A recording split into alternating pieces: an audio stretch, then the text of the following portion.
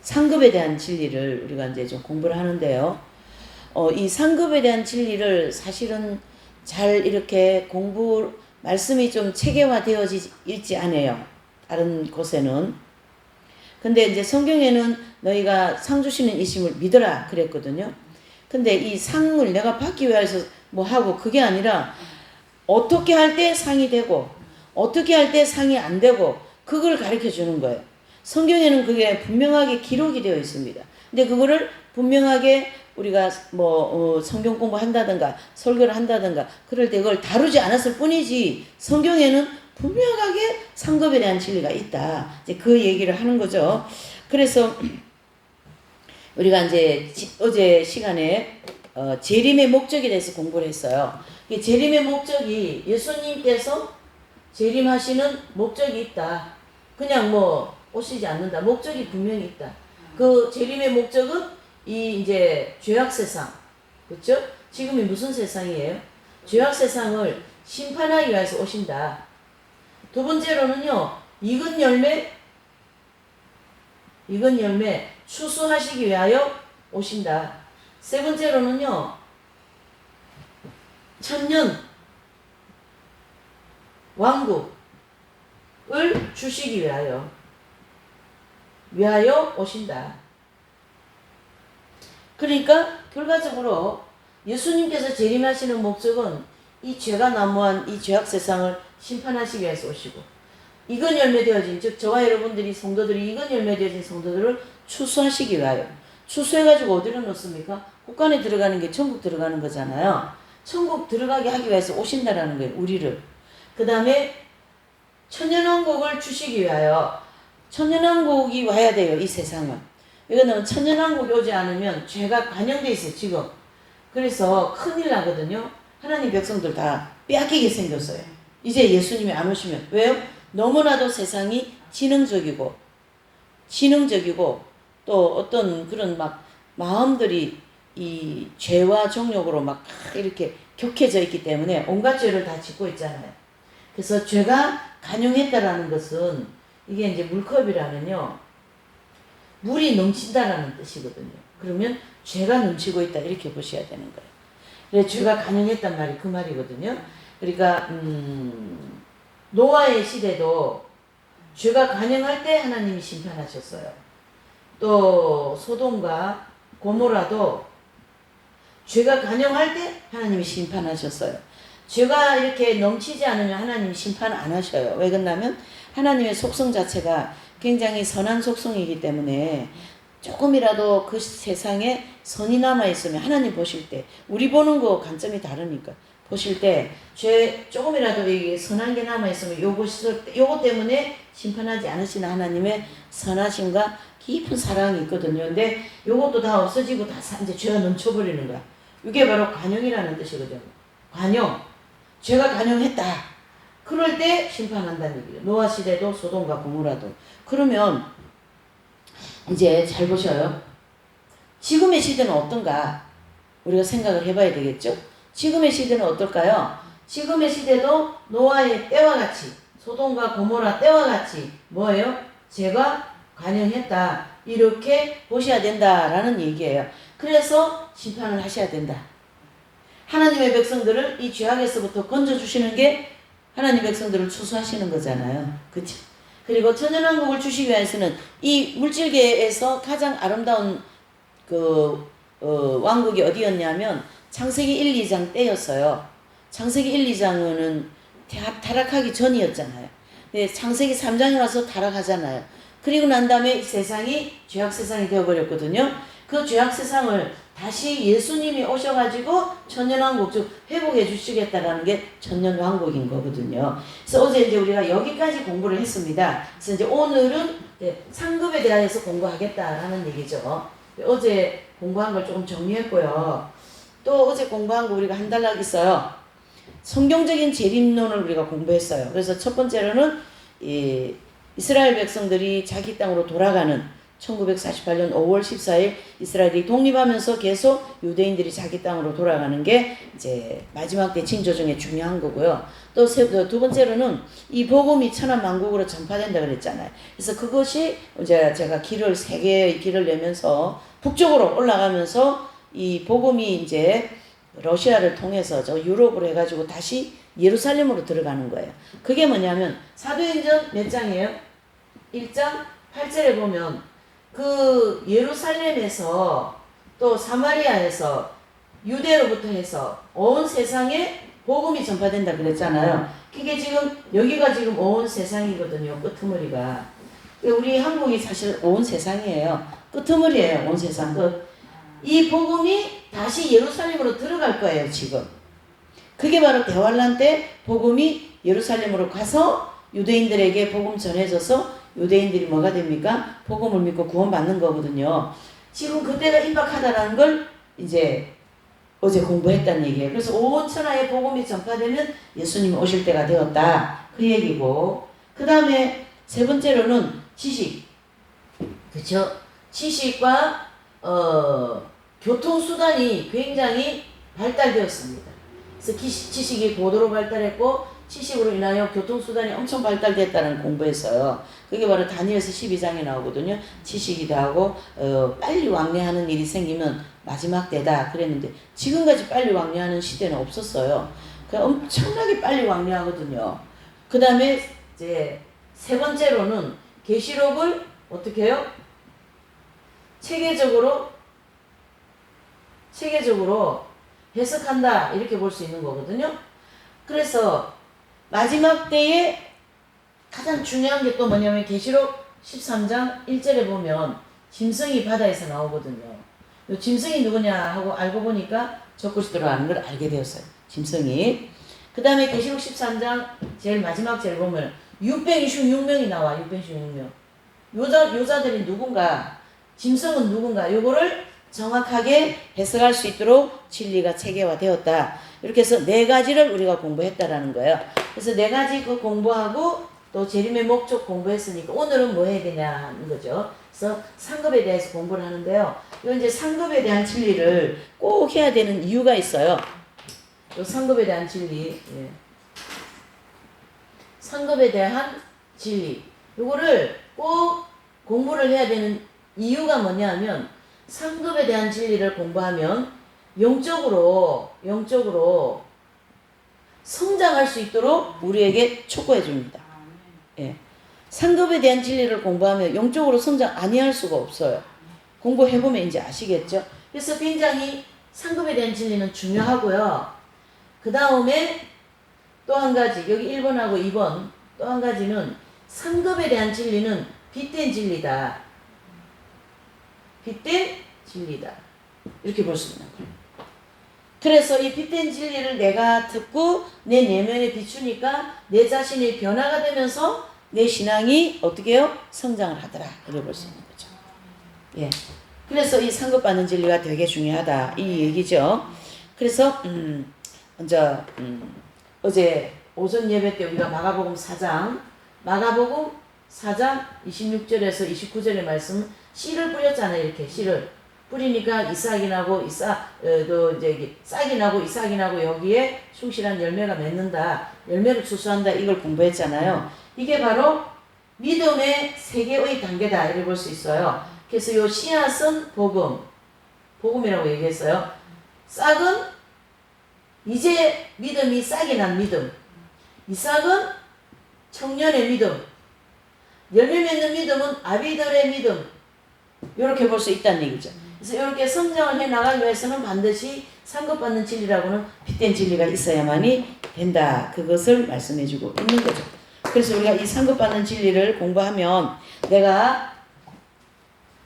우리가 교회를 나가면 기도하죠.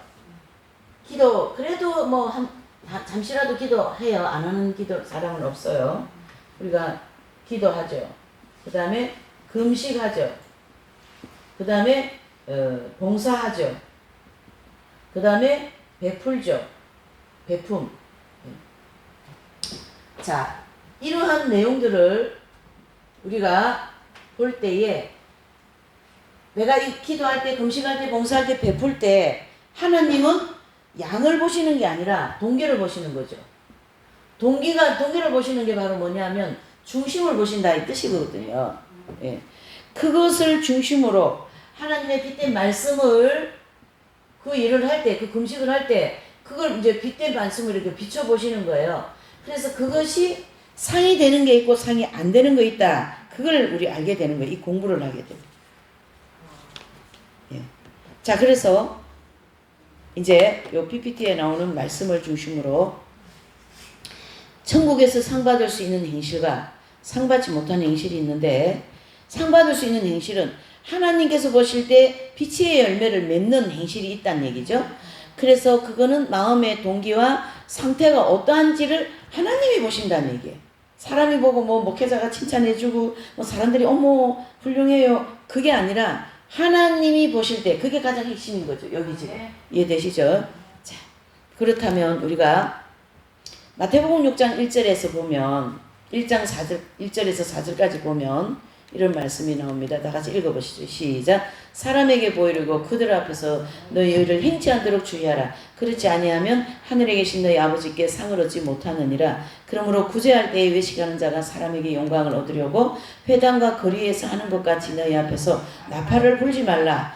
진실로 너희에게 이르노니 저희는 자기 상을 이미 받았느니라. 너는 구제할 때 오른손에 하는 것을 왼손이 모르게 하라.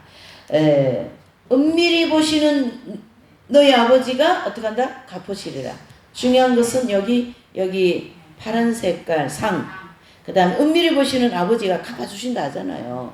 아버지가 갚아주면 되지 뭐 사람들이 갚아줄 그런 거 뭐가 필요합니까? 이를테면 자, 우리가 이제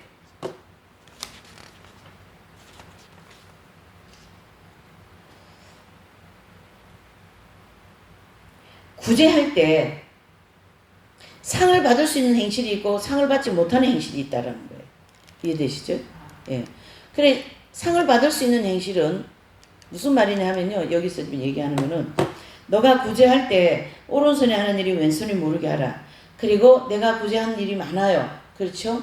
지나가는 사람도 도와주고 그 사람을 위해서 중보기도 해줘가지고 교회도 나오게 되고 이런 어떤 영적인 거 보이는 곳에 보이지 않는 그런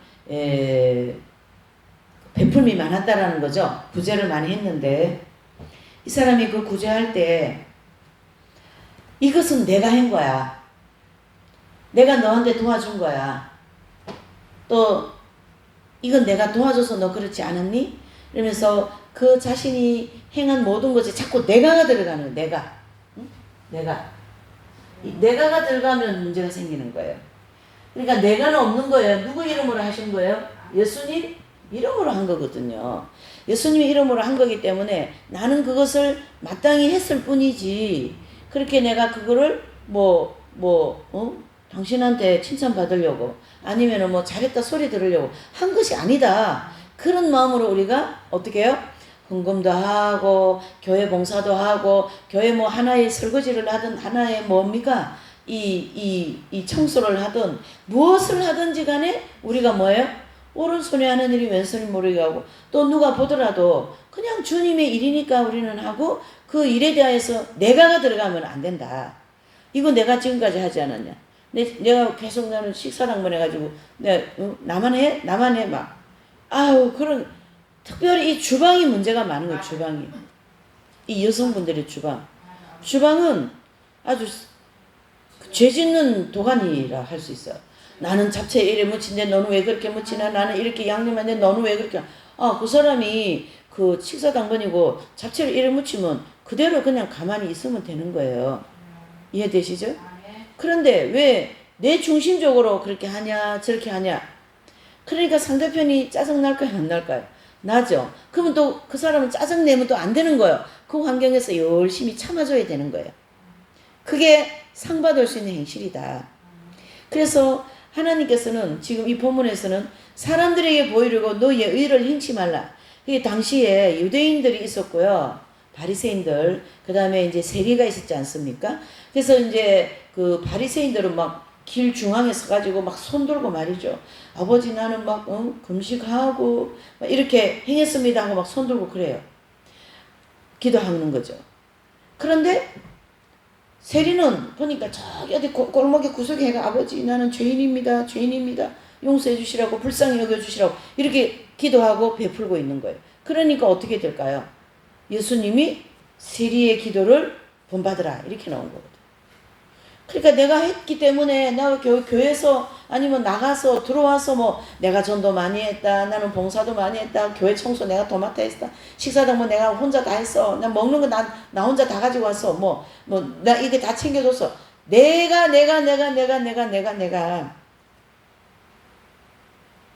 그랬을 때 그렇게 한 것이 과연 상급이 될까? 그렇죠?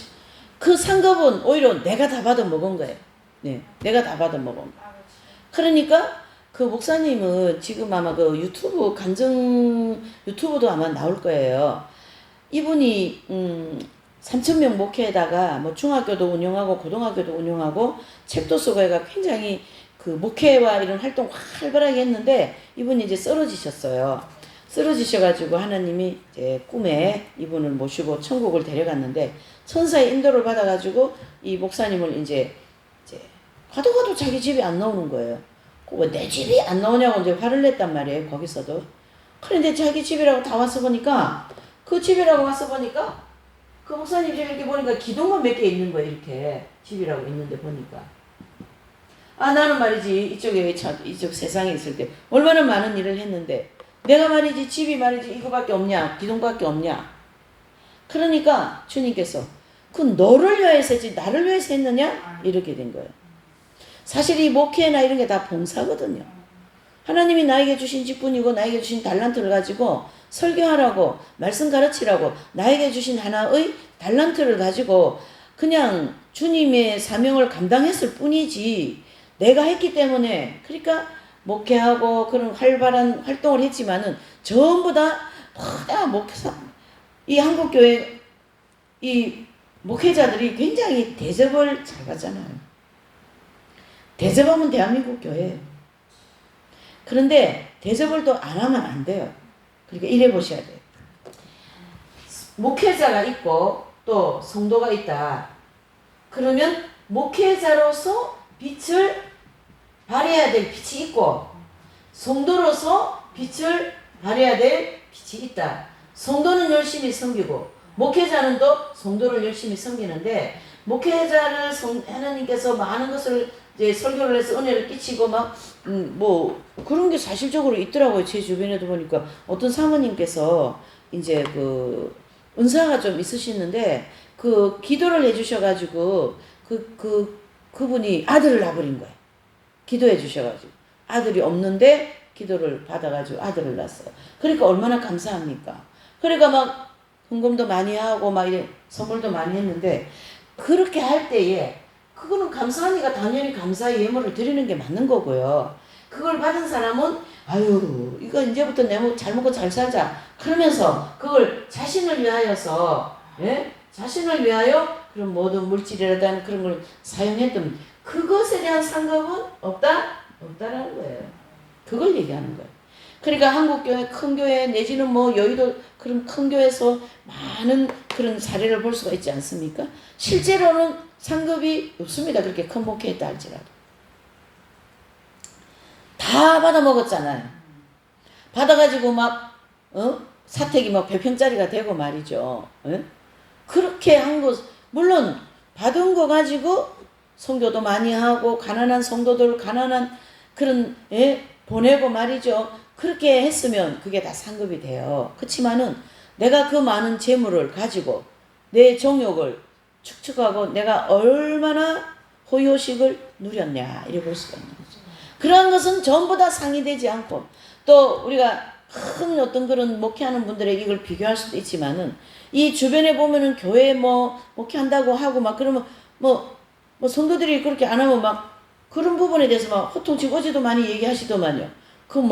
막 성도들한테 막 그렇게 호통치고 헌금을 주여 이거는 아니라라는 얘기죠.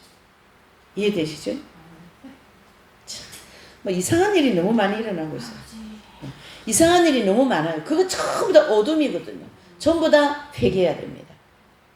우리가 교회를 섬기고 이런 작은 교회들은 분명히 섬겨야 돼요. 그리고 목회자들이 뭐 밖에서 일 안 하면 성도들이 섬기는 거 가지고 그게 이제 가지고 생활하고 하지 않습니까? 분명히 해야 되지만 그게 도가 넘치면 안 된다. 그걸 얘기하는 거거든요. 예. 그러니까 저도 이런 소그룹을 이렇게 하고 하지만 처음에는 제가 굉장히 어색했어요. 그런데 하나님께서 이제 이런 일을 하면서 제가 해야 할 일을 마땅히 했을 뿐인데 저는 또 저도 사람이고 하니까 생활해야 되는 게 있잖아요. 그런 최소한 그것만 하면 되는 거예요. 최소한 넘치도록 뭐 멋진 의상도 필요하고 먹고 마시고 바르고 입고 막 머리 아픈 거예요. 머리 아픈 거예요. 저는 막 지금의 상황은 이 한국교회 여목회자들이 막 그렇게 막 화려하게 막 화장을 하고 다니는 그거는 그렇게 서가지고 어찌 영적인 말씀이 전해질까? 왜 그러나 이런 공부를 했기 때문에 그게 아니라는 걸 제가 아는 거죠. 쉽게 얘기하면. 그렇죠? 그렇게 엄청나게 화려하게 바르고 입고 해가지고 어떻게 영적인 설교가 나가겠냔 말이에요. 그리고 어떤 목사님이 이 목사님도 굉장히 신실하게 살은 분인데요. 아스팔트 위에서 어찌 영성이 나오겠느냐 이런 말을 했어요. 그건 바로 이 화려한 도시 안에서 목회자가 그 화려한 생활 속에서 함께 한다면 어떻게 영적인 깊은 게 나오겠냐 그 뜻이거든요. 그러니 하나님께서 그 목회자는 목회자의 선자리에서 의를 행해야 되고 여기 보면은 의를 행치 않도록 사람들에게 보는 앞에서 너희 의를 행치 않도록 주의하라 그랬잖아요. 그러니까 목회자로서 하나님 중심적으로 이렇게 보셔야 돼요. 자, 복음을 한번 얘기해 볼게요. 복음. 네, 복음. 자, 복음. 이 복음은 크게 세 단락으로 나눌 수 있어요. 복음은 청빈합니다. 청빈, 순종, 순결. 요 세 가지 뭉친 게 복음이에요. 우리가 복음을 믿고 예수님을 믿는 모든 사람들이 청빈하게 사는 게 맞는 거예요. 제가 아는 소그룹을 공부한 그분이 참 신실하신 분인데요. 그분인 남편이 월급을 갖다 주면 이제 이렇게 명단이 있어요. 그 사람한테.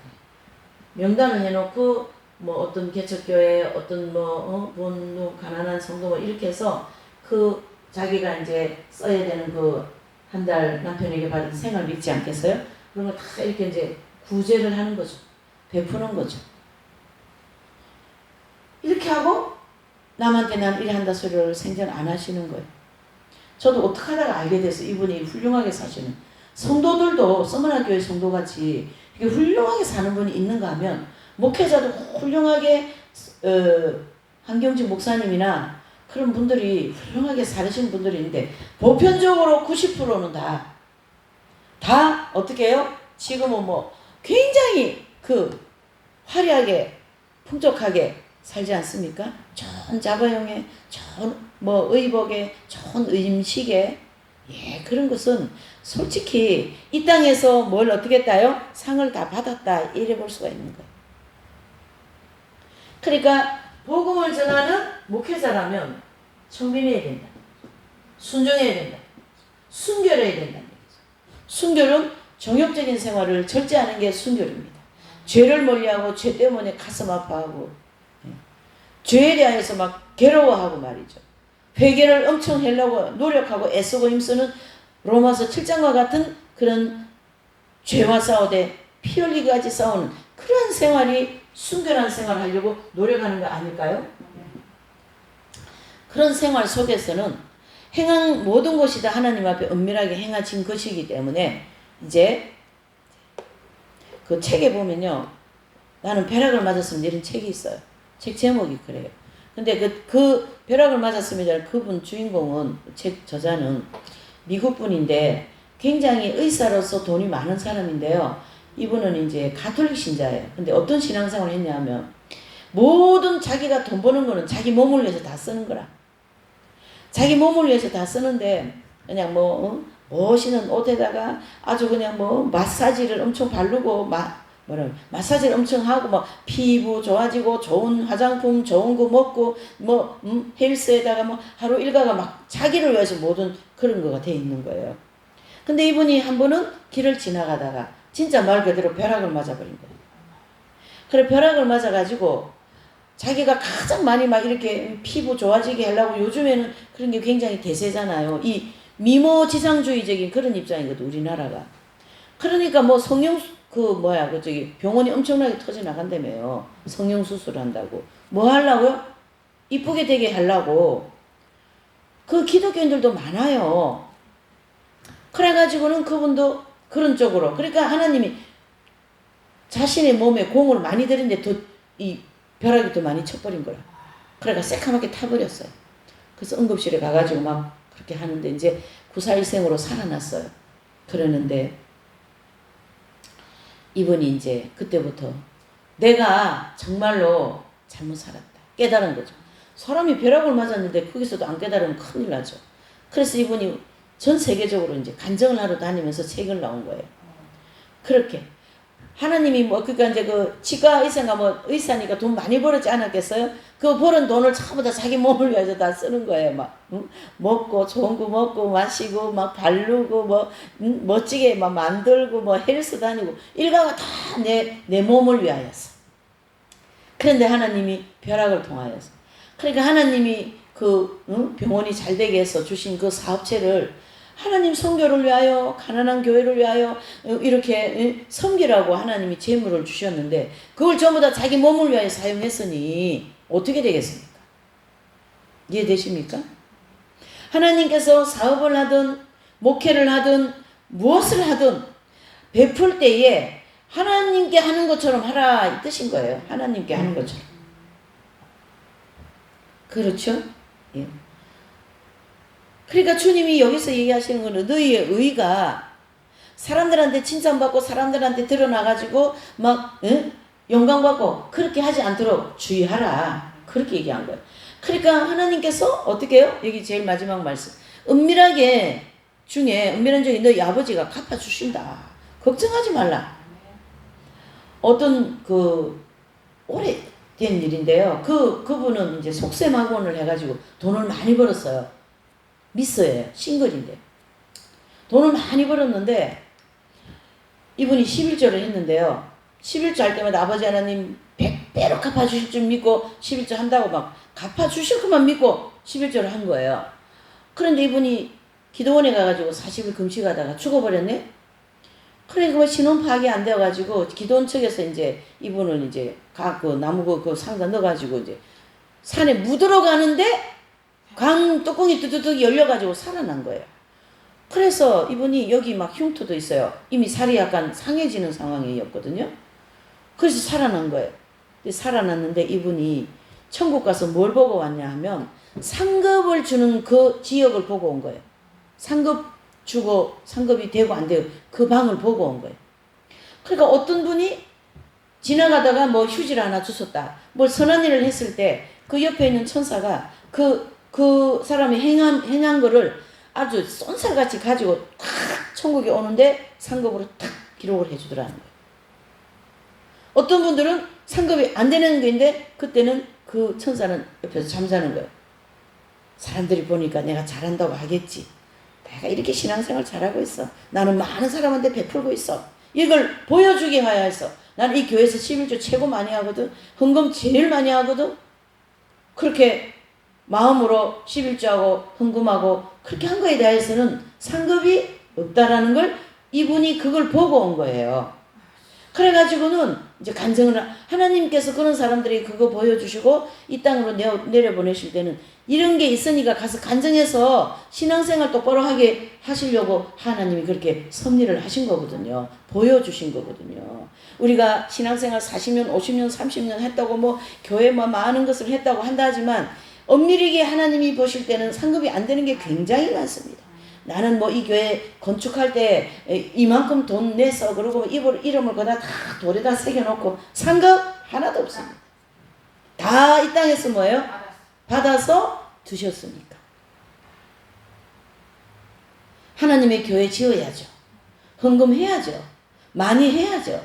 그러나 그 할 때에 동기가 어쨌나? 어떤 마음으로 하였나? 저도 이 공부하기 전에요. 근데요, 가장 심각한 거 뭐냐면 교회에서 그래 가르친다니까.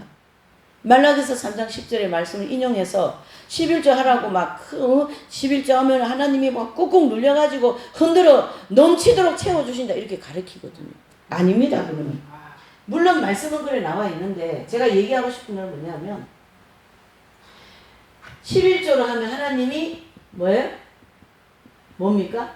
축복하신다는 말씀이 분명히 있어요.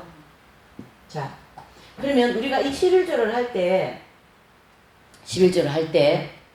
이 11조를 하면 하나님께서 많이 채워 주실 것이다. 채워 주실 것이다. 이런 마음으로 하느냐 아니면 말라기 3장 10절 말씀이잖아요. 그렇죠? 이 말씀을 지키기 위하여 11조를 하였느냐? 요게 다르죠. 그래서 저도 이 공부하기 전에는요, 11조 봉투가 교회 가면 무슨 봉투도 그래 많은지 뭐 생일 봉투 무슨 봉투 아주 저 봉투를 막 수두룩하게 제목을 적어가 놓고 무슨 뜻이에요? 하라 이 뜻이거든. 그냥 자원하는 마음으로 감동되는 마음으로 하게 하면 참 그렇게 가르치면 얼마나 좋겠습니까? 그런데요, 이 11조 봉투가 이렇게 있습니다. 여기다가 이름을 먼저 진하게 쓰는 거야 이렇게. 내가 했단 얘기예요. 이 마음이 어떤 마음이냐 하면 1번 마음 채워주실 겁니다. 그렇게 한 11조에는 상급이 없다. 왜? 이 땅에서 다 받아 먹었으니까. 그렇죠. 그러나 이번 말씀과 같이 하나님의 말씀이니까 말씀을 지키기 위해서 내가 주님 21조를 바칩니다. 그러면 100% 뭐가 됩니까? 그 동기는 상급을 받을 수 있는 동기가 된다. 이렇게 볼 수가 있는 거죠. 모든 헌금 생활이 이런 2번이 되어야 된다. 이런 뜻이 2번이 돼. 모든. 그런데요, 이 성도들도요, 반성해야 돼요. 가르치는 교회도 문제지만 성도들도 그렇게 강조하지 않아도 헌금을 안 해. 헌금을 안 하니까 교회가 못 돌아가. 교회는 성도들이 헌금을 가지고 교회가 돌아가는데, 그러니 이게 서로 상대적이기도 하고요. 그러니까 이 부흥회를 하면 뭐 내가 말이지 이 부흥사 목사님이 예를 들어서 내가 말이지 2박 3일 부흥해가지고 3천만 원 내가 걷어내겠다 쉽게 얘기해서 약속을 해서 거기서 반띵하지 말고 나는 몇 프로 주고 너희 교회는 몇 프로 가져가 이렇게 계약을 해가지고 또 부흥회를 한대요. 그렇게 하면 막 헌금 얘기를 엄청 많이 하고 아브라함이 축복받은 거 구약의 그 축복받은 그런 말씀 많잖아요. 뭐 많이 인용해서 성도들이 헌금을 할 수 있도록 마음을 만들어 가지고 헌금을 많이 하게 한다라는 거예요. 물론 많이 하나님께 바치면 하나님께서 많이 주시는 거는 맞아요. 그러나 하늘나라 가서 상은 없다 이래 볼 수가 있는 거예요. 많이 해야 되는 형편인데 많이 안 하는 사람 또한 책망받아야 되고요. 많이 그러니까 뭐 교회에서 이렇게 보면 이 많이 한 거에 대해서 굉장히 척도가 많거든요. 헌금을 많이 한 사람은 상자에 앉고 헌금을 조그만 사람은 말석에 앉고 이래 되어 있거든요. 지금 전체적인 구조가 아니에요. 하나님께서 그 권사님을 콩나물 장사해가지고 11조 하는 사람들, 그렇죠? 큰 사업을 해가지고 돈 많이 벌어가지고 장로님이 11조 하는 사람들. 그럼 콩나물 장사해가지고 11조는 얼마나 돈이 작겠어요. 쉽게 예를 들어서. 그러면 그 사람이 그 11조를 작게 했기 때문에 말석에 앉아야 됩니까? 그건 아니죠. 그래서 교회도 문제가 있고 이 모두가 우리가 다 이게 누룩이 꽉 찬 거예요. 누룩이. 그러니까 그 누룩이 꽉 찬 이 말씀은 누룩이 아닌데요. 목회자가 이 말씀을 증거할 때 누룩을 섞어서 말씀했기 때문에 그 말씀을 듣고 성도들이 영적으로 성장이 될까요? 안 될까요? 안 되는 거예요. 왜? 말씀이 순수하게 깨끗하고 밝은 빛이 되어야 되는데 말씀에 뭐 온갖 인간적인 생각, 인간적인 뭐 그런 사상, 뭐 육적인 거, 인본적인 거 많이 넣어가지고 말씀을 먹이니까 그 불량식품 먹고 어떻게 아이들이 제대로 자라겠냔 말이에요. 그래서 영적으로 성장이 안 되어가 오늘과 같은 이런 교회의 현실이 나왔다. 이렇게 볼 수가 있는 거죠. 그래서 이 상급받는 진리가 굉장히 중요하다 아니다? 그래서 중요한 거예요. 이해되시죠? 그래서 저도요 이 말씀 듣고요 처음에 놀래버렸어요. 뭐 큰일 났어. 그때부터는 11조도 뭐 하다 뭐 금액이고 뭐고 관계없이 다 무명으로 하잖아요. 이렇게 무명. 그래서 세종안교회는 뭐 일부러 헌금 바구니 거두는 일도 없어요. 사경일을 아무리 해도. 하나님이 다 자원하여서 할 수 있도록 다 상급이 되는 거죠. 지금. 다 상급이 되는 거죠. 하나의 헌금 생활도, 하나의 구제 생활도, 하나의 베푸는 생활도 이렇게 하나님이 보시는 동기와 중심을 중심으로 그 사람에게 뭡니까? 상급이 되고 안 되고 이런 생활을 잘하는 사람이 뭐가 될까요? 영적으로 성장한다. 이래보세요. 그래서 우리 한국의 감리교 출신이신 이용도 목사님은요. 정말로 훌륭하게 사는 분이거든요. 이 목사님은 이 막 불을 토하는 회개의 메시지를 전해놓고 막 그렇게 하면서 말이죠. 하면 성도들이 막 회개가 터져 나오고 해가지고 이제 마치고 나면 막 목사님 막 사례비도 드리고 막 이렇게 섬기잖아요. 그러면은 이 목사님은 그 사례비를 받아가가지고 사모님한테 가기가 힘들어.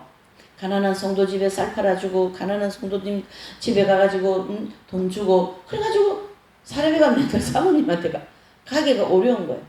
그러니까 성도들이 이제 나중에는 그거 알아가지고요. 교회 사례비는 사모님한테 직접 갖다 드려요.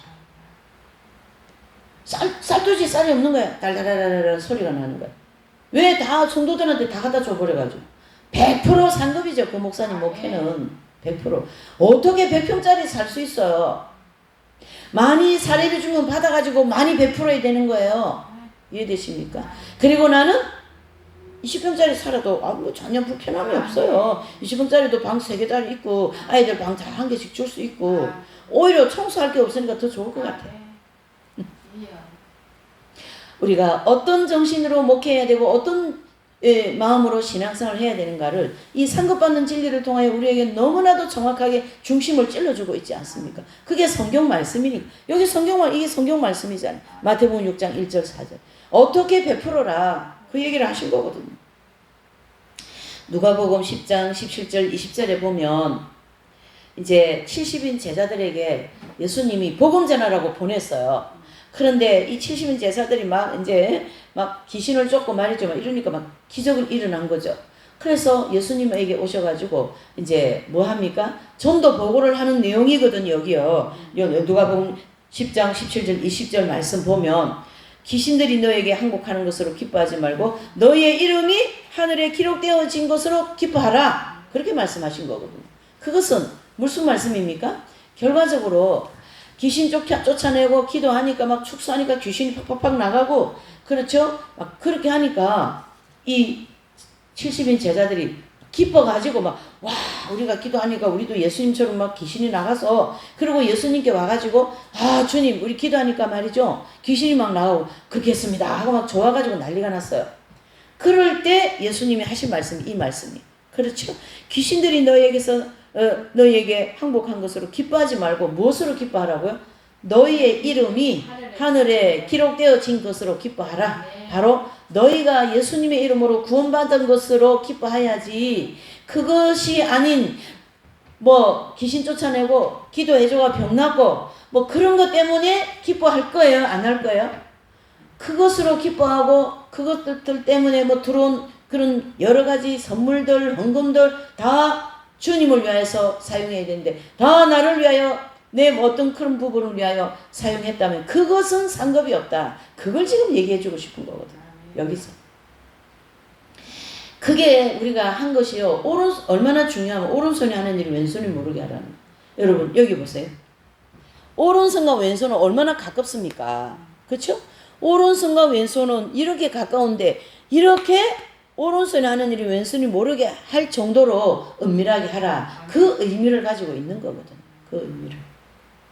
그러니까 제가 뭐 헌금을 얼마 한 거는 남이 알아주기를 바라는 마음이 막 속에서 막 꿀떡같이 올라오는 거야. 그러면 그 마음이 얼마나 괴롭겠어요. 그걸 알아줘야만이 속이 시원하고 안 알아주니까 속이 그저 불편하면 얼마나 신앙생활이 영적으로 미숙하냐 그 얘기예요. 그것을 가르쳐주는 게 오늘 이 본문입니다. 하나님께서 주실 것이다. 이게 예수님의 이름으로 행한 모든 것은 천국에 자기 집이 지금 지어지고 있다라는 거예요. 집 짓는 거죠. 그러나 예수님 이름으로 하지 않고 자기 의의를 가지고 행한 그것이 마귀가 들어갈 집을 짓는 거 아니겠어요? 그래서 잘 보셔요. 마태복음 5장, 6장, 7장을 한번 펴보세요. 산상에서 주님이 설교하시고 이제 7장까지 쭉 설교하시고 마지막으로 하신 말씀이 있으세요.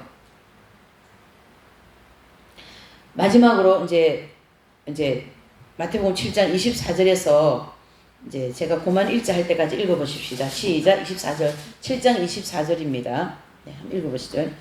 24절부터 이제 보시게 우리 함께 합독합니다. 그러므로 누구든지 나의 이 말을 듣고 행하는 자는 그 집을 반석 위에 지은 지혜로운 사람 같으리니 비가 내리고 창수가 나고 바람이 불어 그 집에 부딪히되 무너지지 아니하나니 이는 주초를 반석 위에 놓은 용고요. 나의 이 말을 듣고 행치 아니하는 자는 그 집을 모래 위에 지은 어리석은 사람 같으리니 비가 내리고 창수가 나고 바람이 불어 그 집에 부딪히매 그 무너짐이 심하니라. 이 말씀은 무슨 말씀입니까? 하나님의 말씀을 듣고 오늘 이 본문의 말씀인 거거든요. 마태복음 6장 1절의 말씀을 듣고 너의 의를 사람들이 보는 데서 행하려고 하지 마라. 그렇지 않으면 너희 상은 이미 받았느니라. 이 말씀을 듣고 어머 아버지 오른손이 하는 일을 왼손이 모르게 해야 되겠군요. 이렇게 그 말씀을 지키면 그 사람이 그 말씀 지키면서 살아간 일생이 전부 다 뭡니까? 반석 위에 집을 지은 것 같다. 그러면은 반석 위에 집을 지으면 바람이 나고 창수가 나는 것은 우리가 일생을 살아가면서 여러 가지 환난과 그런 바람을 가르치게 하거든요. 또 내가 한 거에 대해서 인정해주지 않고 사람들이 알아주지 않는 것 때문에 내 마음에 막 그게 요동과 같은 바람을 막 치지 않습니까?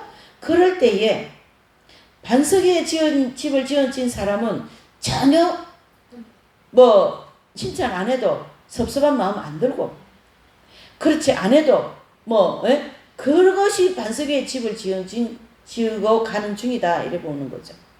그러니까 아무리 환난이 와도 나는 예수님의 이름으로 할 거야. 아무리 사람들이 나를 무시하고 핍박해도 나는 예수님 때문에 교회 나가. 나는 예수님 때문에 이 헌금을 할 거야. 나 예수님 교회를 사랑하기 때문에 교회를 섬길 거야. 이러한 마음으로 가는 사람의 마음이 반석 위에 튼튼하게 지어진 믿음의 집이다 이래 볼 수가 있는 거죠. 그렇지 않고 그냥 여러 가지 능력 행하고 많은 물질과 재물이 들어오고 막 명예가 올라가고 사람들한테 인기가 있는 그걸 다 앉아가지고 그래 내가 말이지 이 큰 능력을 행해서 그렇다면 그 사람은 지금 집을 어디다 지어요? 모래 위에 짓는 거죠. 그래서 하나님이 한번 막 환란의 바람을 막 교회도 풍지박산 만들어버리고 성도들도 다 나가버리고 막 그러면은 그 바람을 통하여 시험의 바람을 통하여 이 목회자는 흔들흔들 하는 거예요. 아버지 내가 말이지 이렇게 목회했는데 내가 이렇게 했는데 왜 이러시냐고 막 이렇게 하나님 앞에 불평 불만이 나오고 말이죠. 그러한 마음의 집은 무슨 집이에요? 모래 위에 지은 집이기 때문에 와르르 무너진다. 이 다 상급 없는 거예요. 그렇죠? 그러니까 여기 그 70인 제자들도 정말로 하나님이 주시는 그 능력을 가지고 심부름했다고 생각하면 됩니다. 잘 들으셔야 됩니다. 하나님께서 저에게 말씀 전하라는 이 은사와 이 은혜를 주셨어요. 저는 이걸 주님의 심부름하는 거예요. 심부름하고 내가 잘한 것도 없고요. 주님이 이 말씀 주셨기 때문에 제가 달란트가 있기 때문에 심부름하는 거예요. 지금. 그러나 내가 얼마나 말씀 잘 준 건데 나만큼 잘 증거하는 사람 있으면 나와보라고 그래. 그렇게 섬겼다면 자기 상을 이미 받은 거예요. 설교 한 편에 은혜 받았습니다. 목사님 막 인사합니까? 그거를 인사하는 거 인사하지 말라 이렇게 하는 것도 부도가잖아요. 그럴 때는 어떻게 해야 되는가? 마음으로 주님 이 영광 주님 받으시옵소서. 주님 오늘 은혜 주셔서 정말로 감사합니다. 이런 마음으로 갈 때에 그 사람이 평생 설교한 거에 대해서는 상이 되고 그걸로 지은 집들이 다 뭐예요? 반석 위에 지은 집들이 다. 상급이 많은 것은 집이 튼튼하게 지어진 반석 위에 지어진 집 지은 거다 이래 보시면 됩니다. 모든 우리의 행함이 그렇게 되어야 된다. 그걸 얘기해주고 있는 거죠. 귀신 나간 것 또한 하나님이 주신 능력이요. 말씀 전하게 한 것 또한 하나님의 능력이요. 은혜 주신 분도 누구예요? 하나님이 주신 거지. 내가 뭘 잘했다고 은혜를 내가 받게 합니까? 하나님이 주셨기 때문에 은혜를 받은 거지. 아무리 설교를 멋지게 한다 해도 하나님이 은혜를 내리지 않으면요. 은혜를 못 받습니다. 여러분. 하나님이 주셨기 때문에. 하나님이 주셨기 때문에 이 말씀을 통해 은혜를 받는 거예요. 지금. 또 나도 은혜 받을 마음이 준비가 되어 있고. 이렇게. 이런 게 되게 중요한 거예요. 그러니까 하나님 이 다양한 그 고린도전서 12장은 무슨 장이에요? 은사장이다 이렇게 얘기하잖아요. 그런데 이 은사를 하나님이 주셨으면 하나님 말씀을 지키기 위하여 은사활동을 해야 되는 거예요. 그런데 대체적으로 은사를 받은 분들이 은사 중심적인 활동을 하다가 전부 다 모래 위에 집 짓는 거지. 와르르 다 무너지기 때문에 교회가 안 되는 거예요. 은사 중심으로 가면요. 뭐 은사 활동하는 분들이 좀 미워할 것 같아요. 이렇게 얘기하면. 말씀 중심으로 가면서 은사는 그 성도들에게 힘주기 위해서 그냥 약간 보조적으로 사용을 해야 되는 거예요. 그러나 은사가 1이고 말씀이 2번이면 모래 위에 집 같은 교회도 굉장히 약해요. 그래야 됩니다. 예. 한국교회가 이 부흥회를 통하여 은사가 많이 왔거든요. 그 은사를 중심으로 이게 이 모든 걸 이렇게 교회라든가 이런 게 돌렸기 때문에 지금 영적으로 붕괴되고 있는 거예요. 이해되십니까? 얼마나 말씀이 중요한 건데. 자,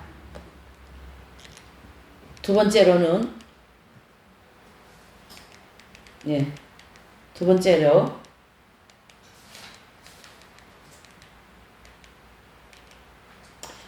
마태복음 6장 5절에서 8절의 말씀입니다. 이제 기도에 대해서 우리가 기도할 때 어떻게 기도할 때 상급이 되는 기도가 있고 어떻게 기도할 때는 상급이 안 되는 기도가 있다. 자, 본문 읽어보시죠. 시작. 또 너희가 기도할 때 외식하는 자와 같이 되지 말라.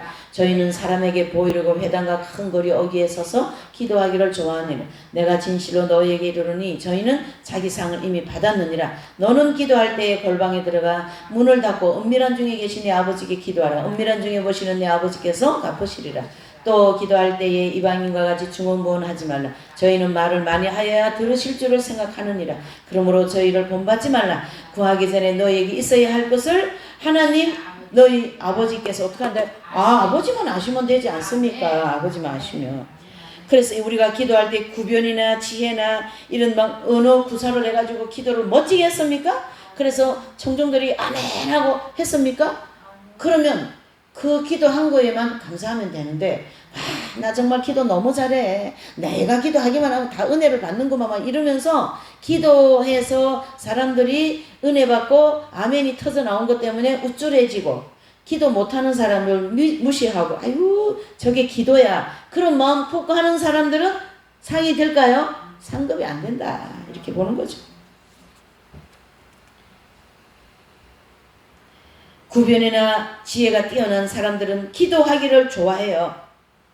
그래서 사람들한테 뽐내고 싶은 거예요. 예?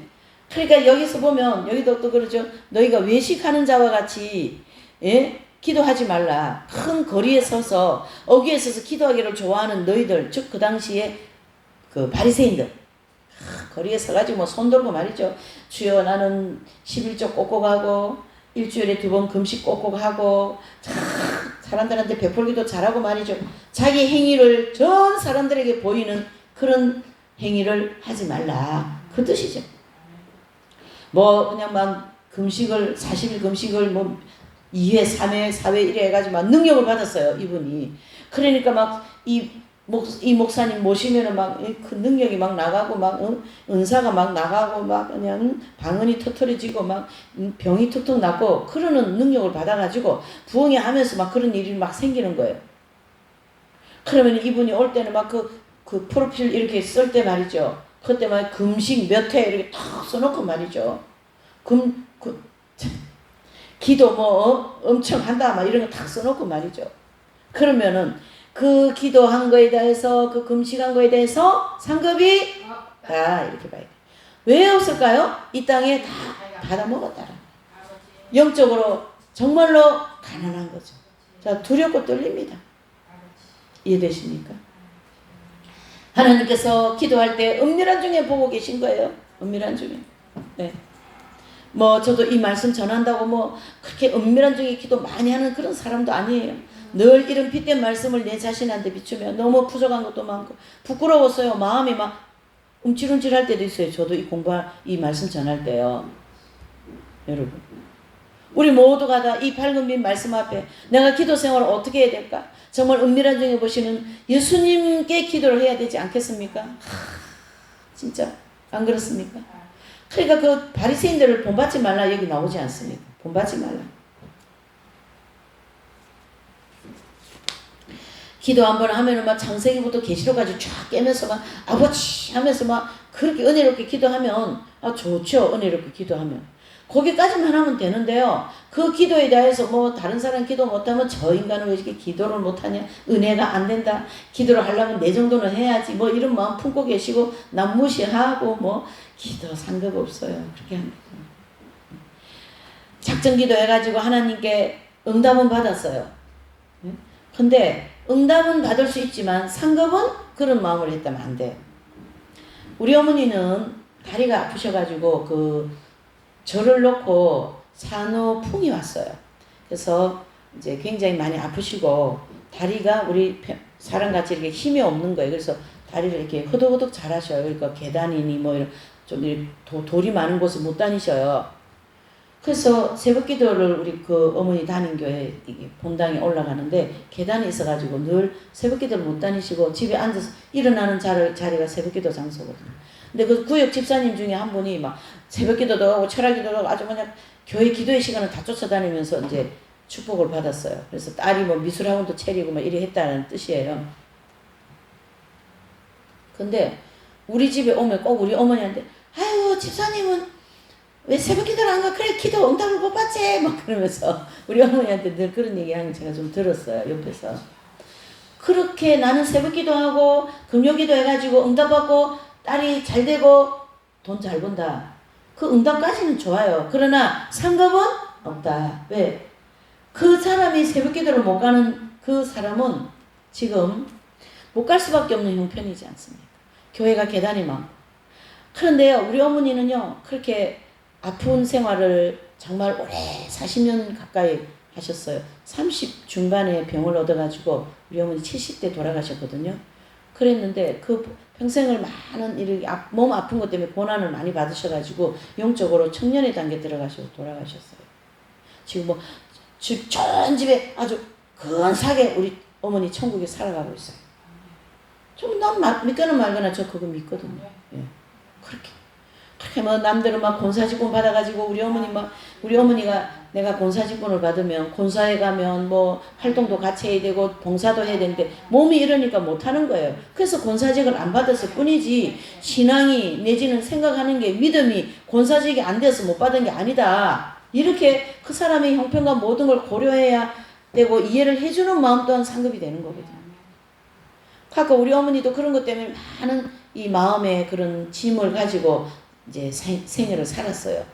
참 어머니가 이렇게 보면 굉장히 겸손하시고 좀 지성이 있는 분이라 가지고 그런 게 이렇게 사리 분별도 잘 되고 해서 교회 목사님이 이제 그런 걸 잘 이렇게 인정을 해주셔서 어머니를 늘 존경을 하시고 그러셨어요. 지금 뭐 천국 2층천에 들어가시가 근사하게 살지 않습니까? 예. 기도할 때 그 골방에서 그렇죠. 은밀한 중에 주님이 골방에 들어가 기도하라는 거는 요즘같이 아파트 생활하는데 어떻게 골방이 있습니까? 이것은 은밀하게 기도하라 이 뜻이거든요. 너가 기도한 거에 대해서 온 세상 만상에 다 외쳐가지고 그런 걸 다 알아주기를 바라는 그런 마음으로 하지 말고 내가 주님이 원하시는 기도를 하라 그 뜻이에요. 그래서 누구를 위해서 중보기도 해줬습니까? 가톨릭에서 나온 성녀 중에 한 분이 계셔요. 소화 테레사라는 분이 계시거든요. 저하고 공부하면 이런 분들의 얘기를 많이 들을 거예요. 앞으로. 소화 테레사라는 분이 계신데 이분은 그 가톨릭 수녀원에 들어가 있는 수녀님인데요. 이분이 이제 한 번은 수녀원에서 수도 생활을 하고 있는데 신문을 봤는데 어떤 그 이제 죄를 많이 져가 사형수예요.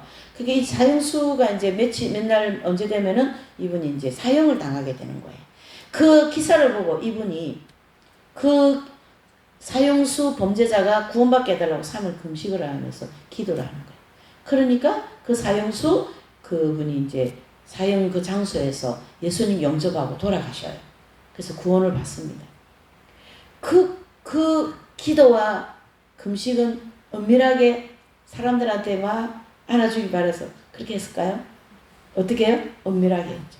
전부 다 그건 상급이고요. 그러한 기도 생활, 베푸는 생활 했기 때문에 상급이 많기 때문에 성장이 많이 되었고 성장이 많이 되었기 때문에 빛이 밝다 이렇게 보는 거죠. 이해되시죠? 이게 나말이 컵은 그 구원받게 해달라고 금식 3일 했다. 어머 훌륭해 훌륭해. 다 또 애고패가지고 상급 다 까먹고 앉았네. 이런 경향이 우리 신앙이 아마 95%는 될 거예요. 95%. 굉장히 우리 신앙이 어떤 기도 생활, 어떤 베푸는 생활, 우리 신앙이 어떻게 되어야 되는가? 이 상급에 대한 진리에서 다 가르쳐주고 있지 않습니까?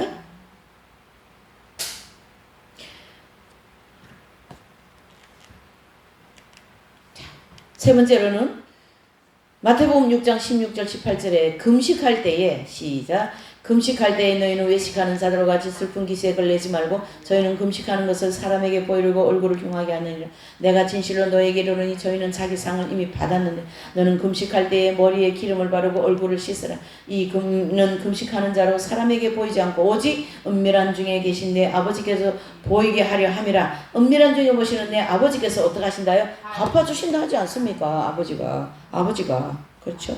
그래서 너희는 금식할 때 머리에 기름을 바르고 얼굴을 깨끗하게 씻어라. 바로 이 말씀은 얼굴을 지저분하게 하고 헝클어 놓고 사람들이 알아주기를 기다리고 그 마음을 가지고 금식하지 말라. 자랑하려고 금식하지 말라. 그 말이죠. 내 사형수를 위해서 3일 금식했다고 자랑하는 마음으로 금식하지 말라. 그 얘기를 하는 거죠. 은밀한 중에 보시는 내 아버지가 어떻게 한다요? 갚아주신다. 읽으면 되지 않을까요? 우리 읽으면? 괜찮아요. 안 알아줘도 괜찮아요. 네.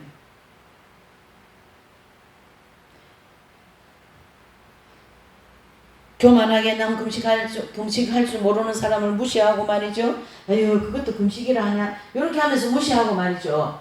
그렇게 한 금식은 상급이 될까요? 안 되는 거죠. 제가 12세기 이분은 언제 나온 성자냐면요.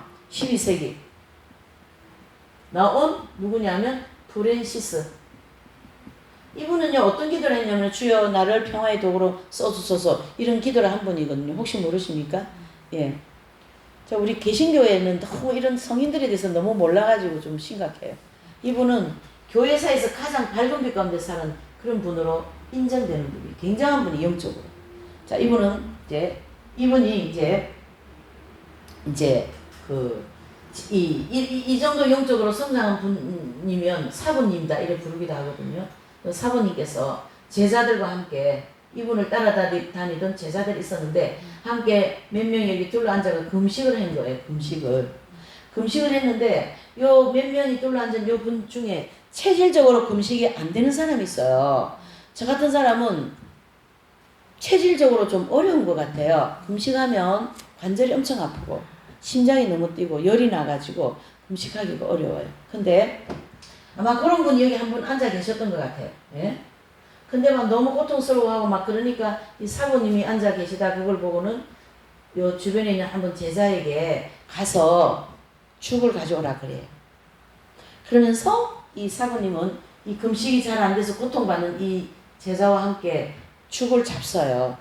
근데 막 죽 잡수는 그 자리에 막 그 금식되는 제자들이 막 참 금식도 막 눈을 흘리고 막 속으로 막 궁시렁궁시렁 그렇게 하고 있었어요.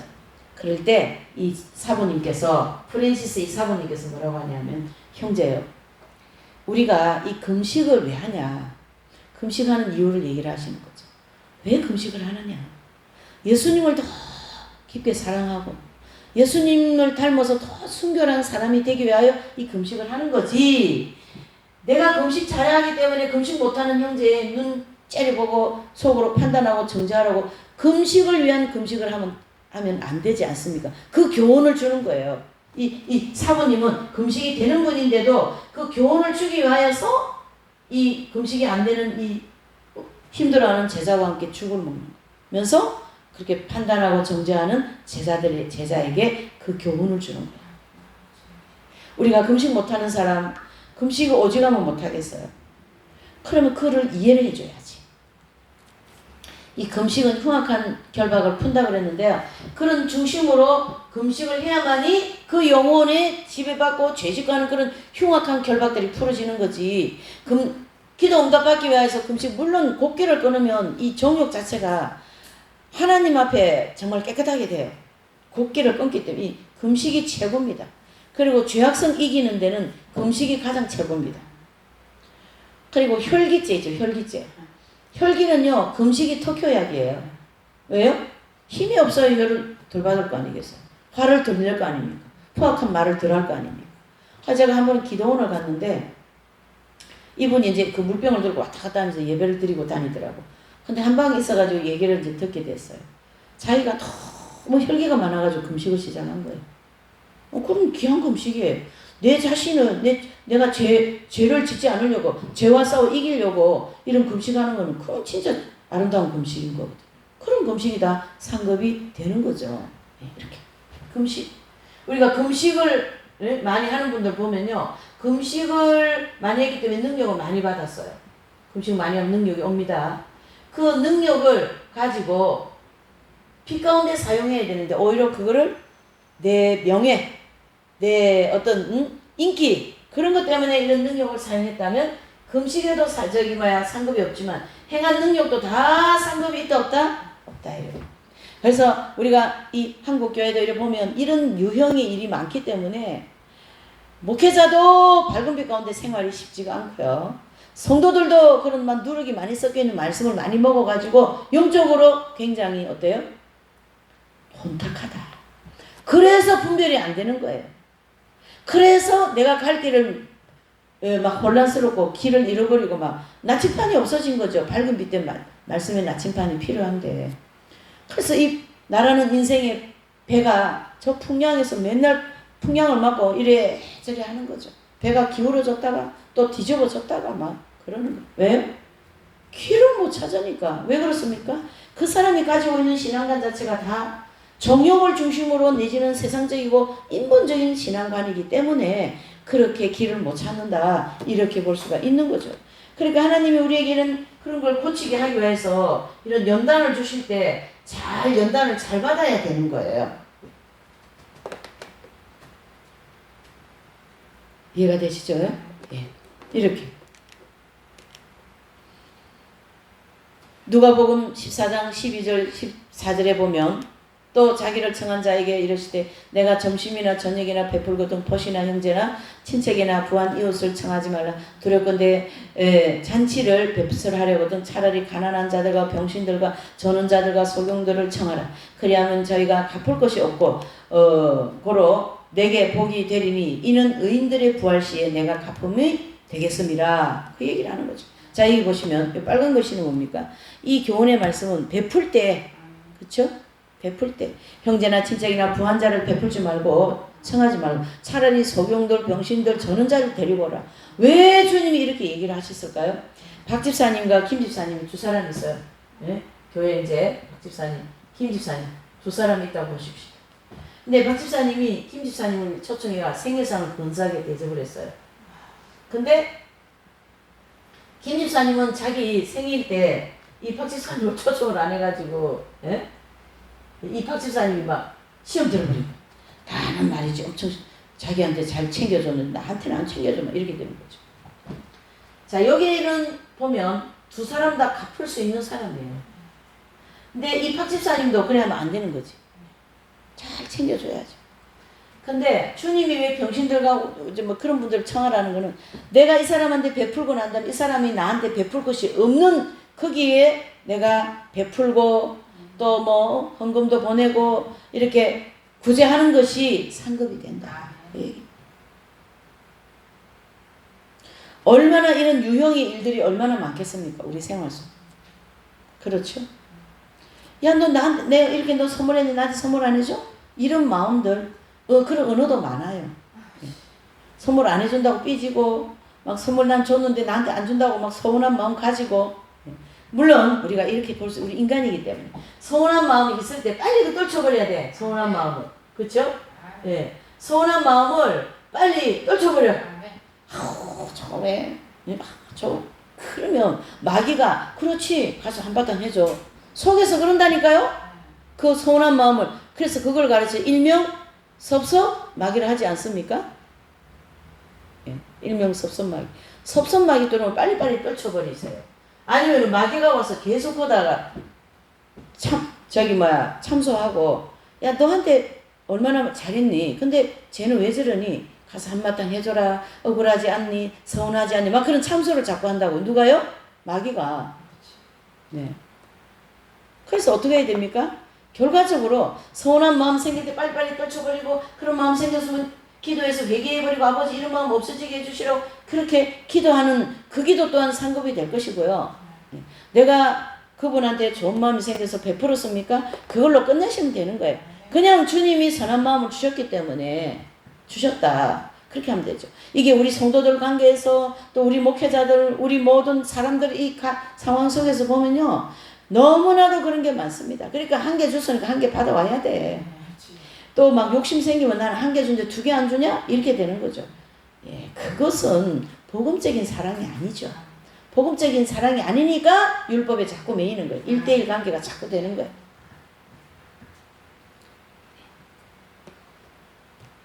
부산역에 나가시면 정말 우리가 내가 막 엄청나게 많이 베풀어도 갚을 수 없는 사람들이 많지 않습니까? 네. 이 베푸는 것에 대해서는 굉장히 다양해요. 선교회 하는데 또 이런 교회 또 이런 뭐 가난한 성도들 아니면 꼭 필요한 분들 또 목회자 섬길 때가 얼마나 많습니까? 가난한 교회나 이 목회자가 생활비가 없어가지고 그러는데도 많이 있어요. 작은 교회들이 거의 한국 교회 작은 교회들이 95% 아닙니까? 큰 교회나 드러나가지고 저렇지 안 그래요. 그래서 만약에 제가 뭐 저는 남자가 아니니까 목회를 크게 뭐 그런 거는 잘 바라지 않고 남자라도 그렇다면 저 같은 경우에는 이제 좀 수도회를 좀 이렇게 이제 만들고 또 한국 교회가 수도원 운동이 일어나면 좋겠다 이 생각을 많이 하는 거거든요. 왜냐면 수도 생활만이 영적으로 회복할 수 있는 지름길이 되니까요. 네, 그래서 제가 이제 또 이런 생활을 하는 사람이고 해서 그런데 교회 같은데 이렇게 큰 교회 같은데 참 풍족한 게 많거든요. 그러면 정말 깨어있는 목사님들은요, 이 농촌교회라든가 이런 작은 개척교회 굉장히 많이 도와주고 계셔요. 엄밀한 데서. 그러니까 이렇게 농촌 뭐 이런 작은 교회에서 다 생활하고 하죠. 어쨌든 우리가 이 베푸는 거에 대해서 굉장히 중요합니다. 그리고 잘 베푸는 사람이 있어요. 그 잘 베푸는 사람은 거기에 또 나름의 은사가 있어요. 그래서 뭐 그냥 뭐 어제도 얘기하시던 음식이라도 해서 보내드리고 막 챙겨드리는 거예요. 뭐든지 간에 챙겨드리는 그런 걸 잘하는 분이 그 사람은요 그걸 잘해서 하늘나라에 상급을 계속 쌓아가는 거예요. 그 사람이 잘하는 걸 가지고 계속 은밀하게 하고 서운한 마음까지 있으면 빨리빨리 떨쳐버리고 내가 할 수 있는 일 최대한 할 수 있으니까 감사하지요. 이렇게 얘기하면서 아유 저기 뭐야 아무개 씨 너무 힘드는데 괜찮으시겠어요? 그러니까 아유 할 수 있으니까 얼마나 감사합니까? 그런 말을 하면서 말이야. 내가 할 수 있는 것이 감사한 거지. 내가 했기 때문에 대접을 받아야 되는 것은 아니지 않냐. 우리의 모든 생활 구석구석이 이런 것이 다 드러나야 된다. 이런 뜻이죠. 주님이 갚아주시기 때문에. 또 사례비가 적다고 막 교회 막 당에다가 막 불평을 하고 말이죠. 목회자로서. 예, 그런 거는 아주 굉장히 예.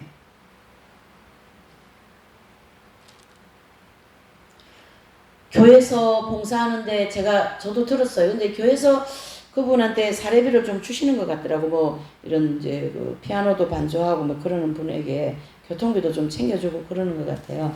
그러면 정말로 교통비도 어렵고 그러면 교회에서 좀 챙겨줘야죠. 그렇게 그걸로 가지고 또 생활을 해야 되니까 이런 경향은 또 있어요. 하나님이 주신 은사를 가지고 돈을 받기 위하여서 교회에서 그런 수고비 좀 안 준다고 마음에 불평이 생기고 그러면은 그 주신 은사를 가지고 행한 모든 것이 이 땅에서 상을 받았다 이래 볼 수가 있는 거죠. 그러나 그 오시는 분이 모든 것이 힘들고 생활도 어렵고 하는데 교회 와서 봉사하고 하면 그럴 경우에는 교회에서 좀 선교하듯이 챙겨주시는 경향도 있습니다. 네, 이렇게. 자, 여기 보시면 기도와 금식과 봉사 이런 베풀미 상이 되는 게 있고 상이 안 되는 게 있다라는 거를 우리가 좀 지금 좀 살펴봤는데요. 그러면 고린도전서 13장 1절에서 3절까지 보시죠. 시작.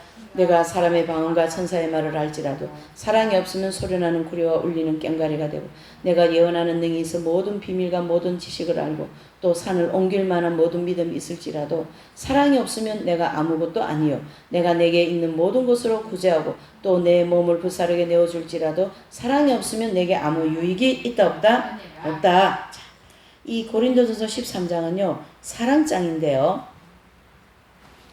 모든 우리가 행하는 이런 모든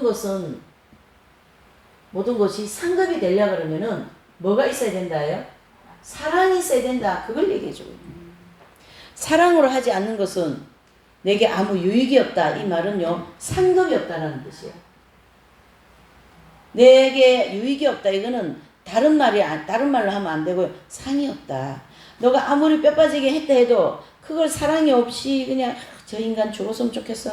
뭐 저거는 뭐냐. 그러면서 교회도 그렇고 어디든지 좀 전에 얘기한 것처럼 기도, 봉사, 베품, 이런 금식 이 모든 것을 그렇게 사랑으로 하지 않았다면 그게 뭘까요? 바로 유익이 없다. 그래서 내 몸을 불사르게 내어준다 할지라도 거기에 사랑이 없으면은 유익이 없다. 상급이 없다. 그 얘기겠지. 그 얘기. 자, 고린도전서 고린도전서 이제 1절에서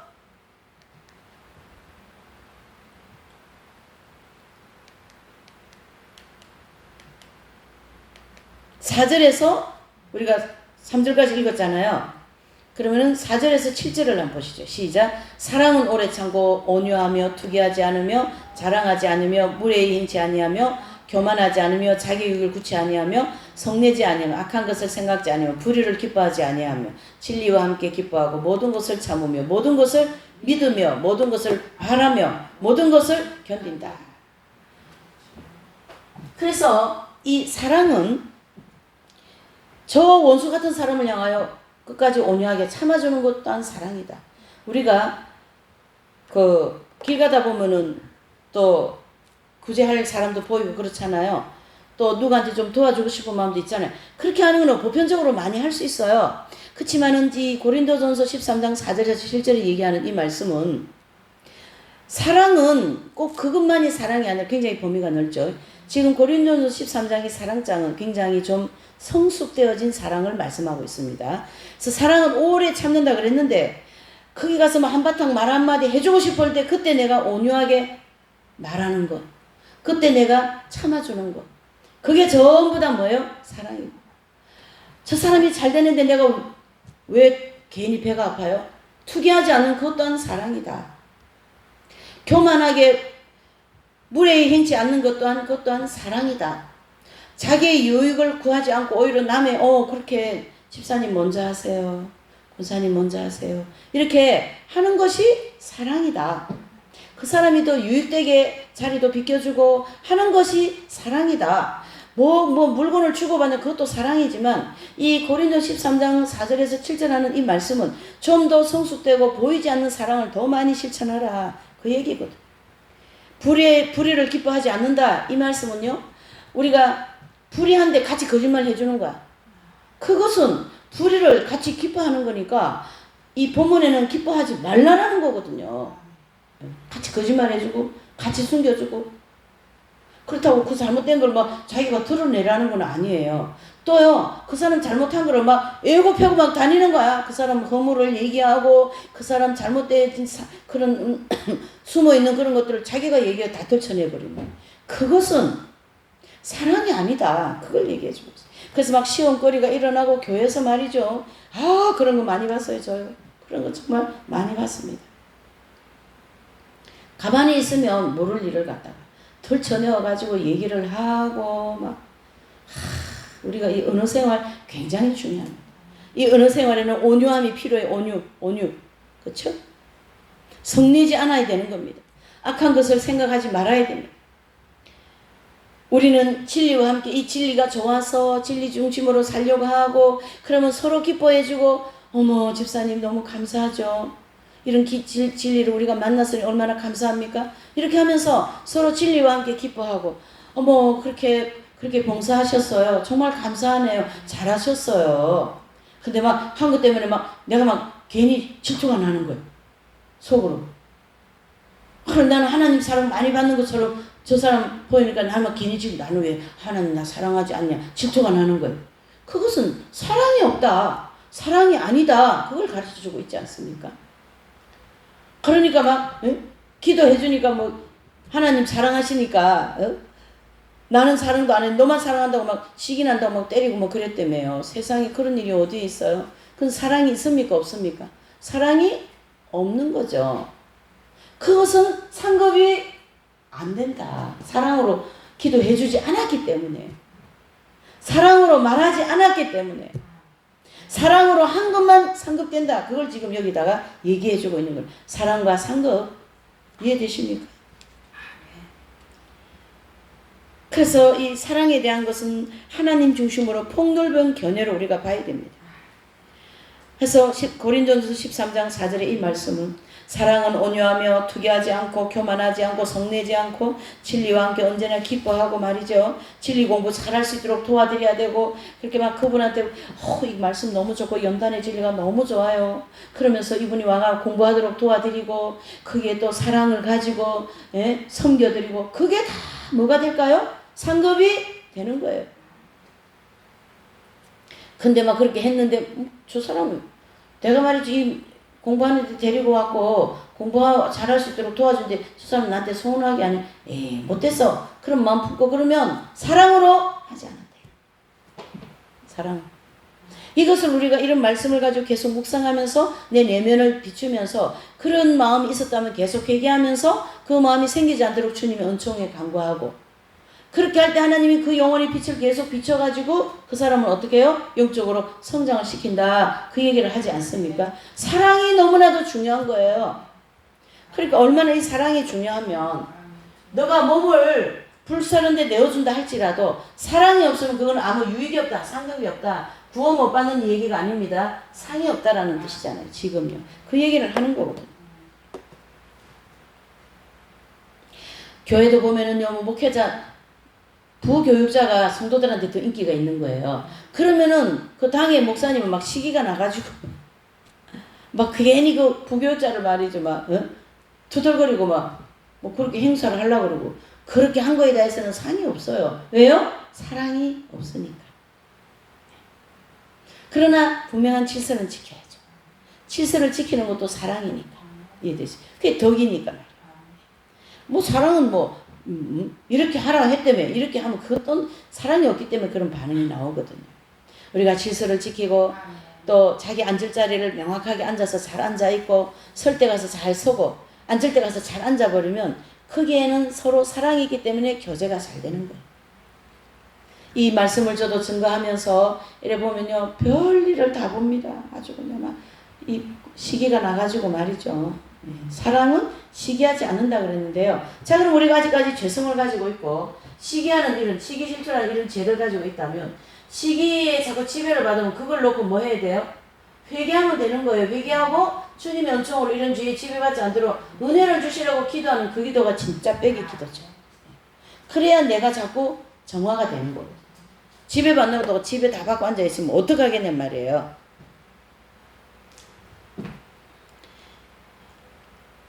누가복음 9장 51절 56절에 보면 예수님께서 예루살렘을 향하여 가시던 중에 사마리아 한 촌을 지나가는 과정에서 있었던 일이에요. 그래서 사마리아인들은 예수님과 제자들이 그 이제 막 그 사마리아 길을 못 들어오게 막 그렇게 이제 했어요. 왜 그러냐면 유대인들과 사마리아인들은 앙숙이니까요.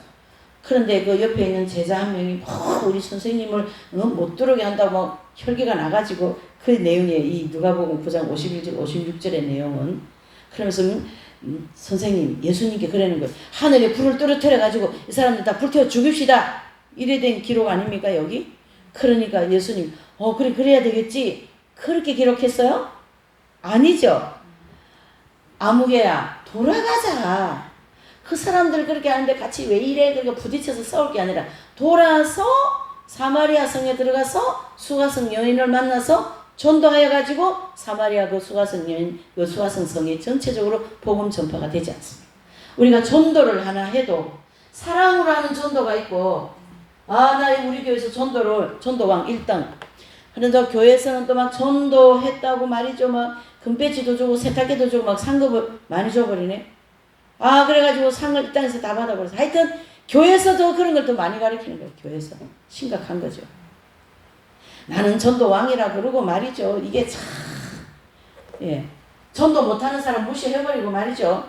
그러면 그 전도한 것 때문에 사람들한테 칭찬받고 칭송을 받지만 하늘에게서 뭐는 없어요? 상이 없기 때문에 유익이 없는 거죠. 사랑으로 하지 않았다는 얘기, 사랑으로.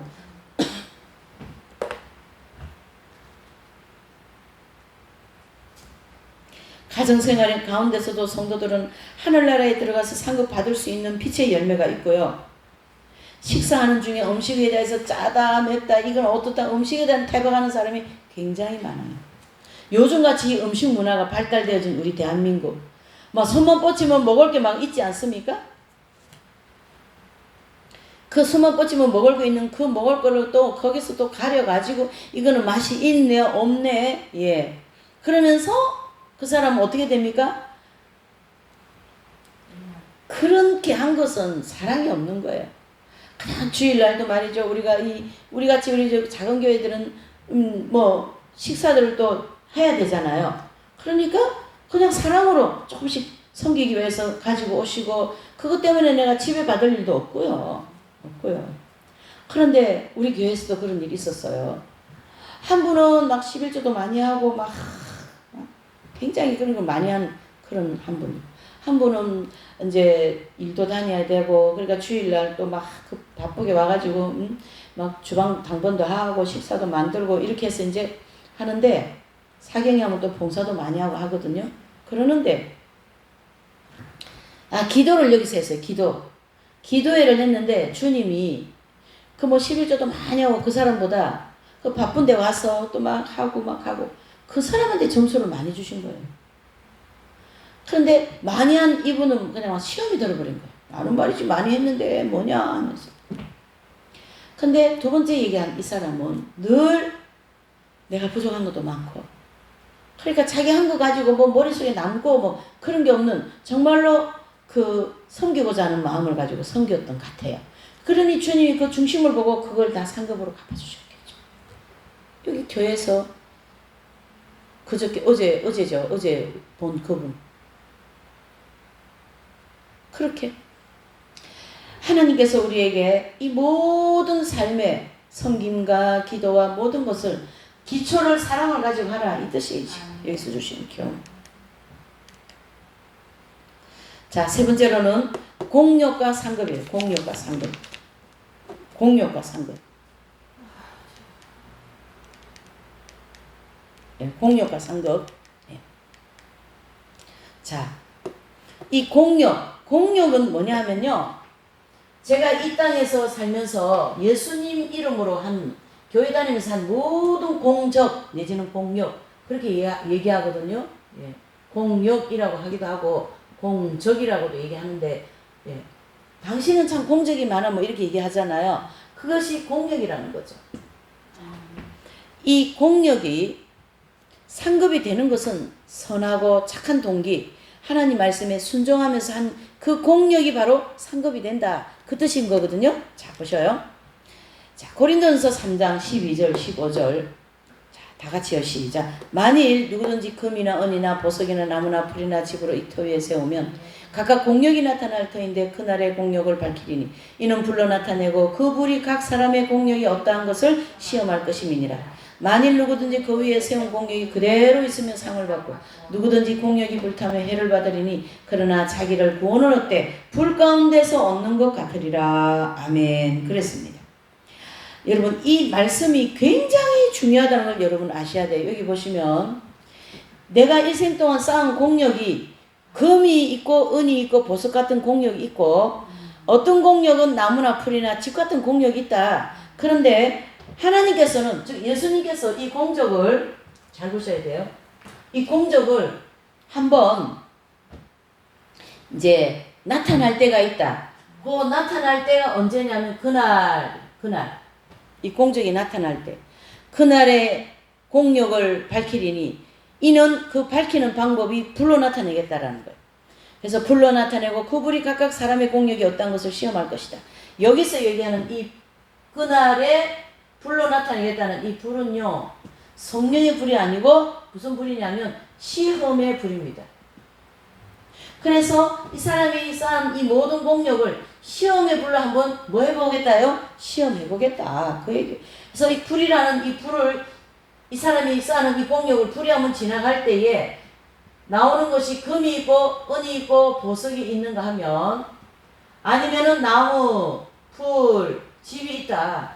그러면은 이 쌓은 두 가지의 공력 중에 불을 지나올 때 어떤 게 타버릴까요? 그렇죠. 그걸 한번 시험해 보겠다. 그러니까 하나님께서 저와 여러분들이 행한 기도와 금식과 베풀과 섬긴 모든 것에 그것이 공적이잖아요. 그 공력을 한번 시험해 보겠다라는 건데, 어떻게 시험하냐면 그 위에 세운 공력. 그 위는 어디냐면요. 예수 그리스도 이름으로 한 것만 금은 보석이다 이 말이에요. 한 것만. 이해되시죠? 지금까지 우리가 상급에 대한 진리를 쭉 연구해 왔지 않습니까? 그러면 행한 모든 것이 마지막 그날 이 그날은 바로 그리스도의 심판대를 가르쳐 얘기합니다. 그래서 누구든지 공적이 불타며 해를 받으리니 그러나 자기는 구원을 얻되 어떻게 해요? 불 가운데서 얻으리라. 여기 이 불은 무슨 불이라 그랬어요? 시험의 불이라 그랬지 않습니까? 그렇죠? 예. 그래서 시험의 불. 네. 여기 보세요. 그날이란 사람의 영혼이 사후에 그리스도의 심판대 앞에 서는 날. 그렇죠? 그러니까 제가 교회 생활하면서 내 인생의 모든 것이 언제 서게 됩니까? 심판대 앞에서 서게 될 거라는 거죠. 그래서 고린도후서 5장 10절에 보면 모든 혀가 모든 무릎이 모든 영혼들이 예수 그리스도의 심판대 앞에서 너가 지금까지 살아온 모든 것을 직고하리라 그랬습니다. 그러면서 아버지 나는 교회 생활하면서 이렇게 거짓말했어요. 아버지 나는 교회 생활하면서 이런 거 자기 죄 지은 거 자기 행한 모든 것 자기 입으로 다. 그런데 이제 주님이 그 모습을 보고 온 그 간증을 들어보면요 이런 얘기 하셔요. 이만한 모니터가 이런 모니터를 딱 앞에다 놓고 너는 몇 월 며칠 날 낙태했지 그랬더라는 거예요. 그러니까 이분이 아니요 주님 안 했어요 막 그래버린 거예요. 그러니까 거짓말 했단 말이에요. 그러니까 그 모니터에 쫙 뜨더라는 게 여기 지금 이 글자 뜨듯이 쫙 뜨기를 몇 월 며칠 날 언제 어디에서 낙태한 것이 쫙 나오더라는 거예요. 그러고 난 이제 하나님이 그 거짓말한 죄에 대하여서 막 벌을 주시는데 막 혓바닥을 빼가지고 저 벽에다가 막 못을 받고 창자를 넣었다가 뺐다 하면서 고통을 주시는 거예요. 그러면서 뭐 시켜요? 회개시키는 거예요. 우리가 이 땅에서 행한 모든 것이 그리스도 심판대 앞에 서서 너 그때 기도할 때 남 무시하면서 했지. 너 베풀 때 남 베풀지 않는 너 다른 사람 무시하면서 했지. 너 남의 험담했지. 남 미워했지. 시기했지. 질투했지. 음란했지. 이런 신앙생활하면서 있었던 모든 것을 언제 들춰내셔요? 이 심판대를 통하여서 들춰내겠다. 그게 바로 그날이라는 거예요. 그러니까 우리가 신앙생활을 어떻게 해야 되는가를 지금 우리에게 또한 가르쳐주고 있는 거죠. 아버지 이렇게 되는 거죠. 모든 사람이 죽음에 그 이유에는 뭐가 있어요? 심판이 있다고 했지 않습니까? 히브리서에. 그러니까 그 심판대 앞에서 하나님께서 우리가 일생 동안 행한 모든 공적을 시험해 보겠다. 너가 그때 한 헌금, 너가 그때 한 기도, 너가 그때 한 금식, 베푸는 거, 남 섬기고, 뭐 설교하고, 목회하고, 서로 섬기고, 장로님, 권사님, 이 직분 가지고 교회 섬기고, 밖에서 섬기고, 그렇게 할 때 어떻게 했는가? 사랑으로 했는지 아니면은 의무적으로 막 또 교회에서 또 하라니까 어쩔 수 없이 장로 입장에서 하는 거지. 그렇게 했는가? 그걸 전부 다 이때 알아보겠다는 이 심판대에서 그날이 바로 심판대라. 그래서 이 공력이란 성도들이 이 땅에 사는 동안 봉사하고 생활하면서 쌓은 모든 행함의 열매를 한번은 시험해 보겠다 이런 뜻이죠. 그래서 이 상급에 대한 진리는 은밀하고 겸손한 마음으로 구제하고 은밀한 중에 하나님께서 기뻐하시는 기도를 드리고 얼굴을 씻고 머리에 기름을 바르고 금식하며 가난하고 병들고 눈물고 절뚝거리는 사람들에게 대접을 받으려는 마음을 품지 않고 순수한 사랑으로 대접하며 즉 대가를 바라지 않고 목회도 하고 희생적인 그런 마음으로 봉사하고 인색한 마음을 가지지 않고 11조와 각종 헌금을 드린 행실들은 금이나 은이나 보석으로 쌓은 공력이다. 그러한 뜻이 되는 거죠. 또한 범죄하기 쉬운 그런 거칠고 사나운 환경 속에서도 온유하고 오래 참고 투기하지 않고 성내지 않고 무례하게 행치 않고 자기의 유익을 굳지 않는 그런 사랑으로 행한 것은 다 뭘까 뭐예요? 금, 은, 보석이다. 그걸 지금 우리에게 가르쳐주고 있는 것입니다. 그리고 사람들에게 자랑하거나 존대와 존경과 칭찬을 그런 이익을 바라는 마음을 가지고 행하는 구제, 중언부언하는 외식하는 기도, 자기를 나타내려고 얼굴에 막 더러운 거 막 이렇게 엉클어놓고 머리도 엉클어놓고 막 그렇게 금식한 거, 친구나 형제나 친척이나 부한 이웃을 대접받을 수 있는 사람들 대접하는 거, 보수를 대가를 받고 말이죠. 교회에서 사례비는 물론 드려야죠. 근데 사례비가 작다고 다 더 책정하라고 그러고 막 고통치고 막 이렇게 한 모든 것은 다 상급이 없는 거예요.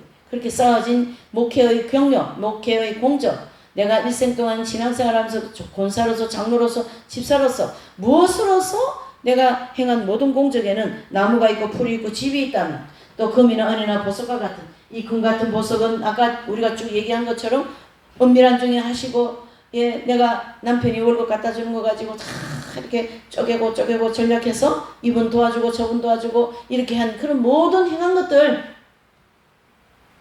돈 많이 번다고 내 몸에 막 치장하고 말이죠. 마사지 열심히 받고 피부가 좋아가지고 이렇게 하고 막 그런데 돈 다 투자했다면 그렇게 한 거는 오히려 뭐예요?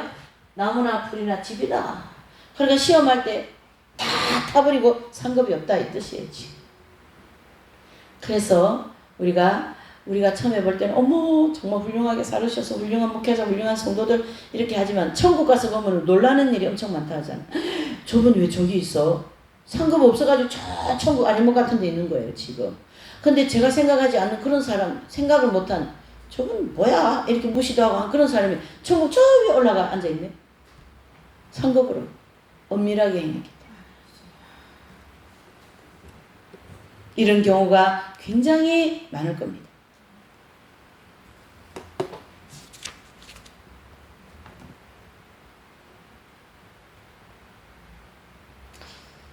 자, 그러면 하나님께서 이 이제 기도, 금식, 봉사 이 베품을 중심으로 상급이 되는 게 있고 상급이 안 되는 게 있는 것을 이 나무나 풀이나 집으로 결론을 짓고 금이나 은으로 결론을 짓지 않았습니까? 이게 천국에서 어떻게 적용되면서 자기 자리가 정해지는가 그것을 이제 한번 보자라는 거죠.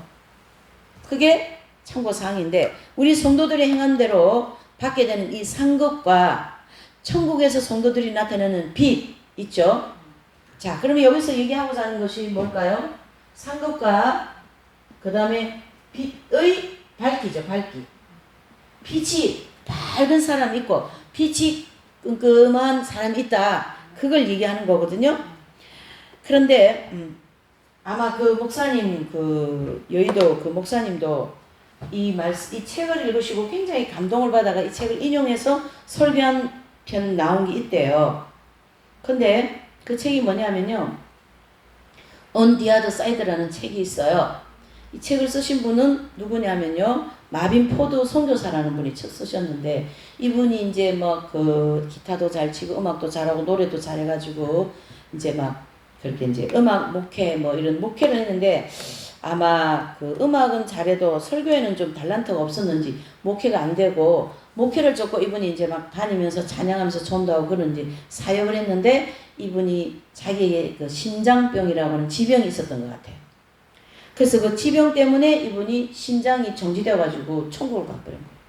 그게 천국 가서 이제 보니까 이분이 천국을 영계의 천국을 딱 갔는데 보니까 제일 높은 데가 있고 그 다음에 중간이 있고 그 다음에 있더라는 거예요. 근데 제일 높을수록 작게 보이지만 빛은 엄청나게 밝더라는 거예요. 작게 보이지만 빛이 엄청 밝더라는 거예요. 그런데 두 번째 여기는 여기 첫 번째보다 빛이 덜 밝더라는 거예요. 세 번째로는 빛이 영 덜 밝더라는 거예요.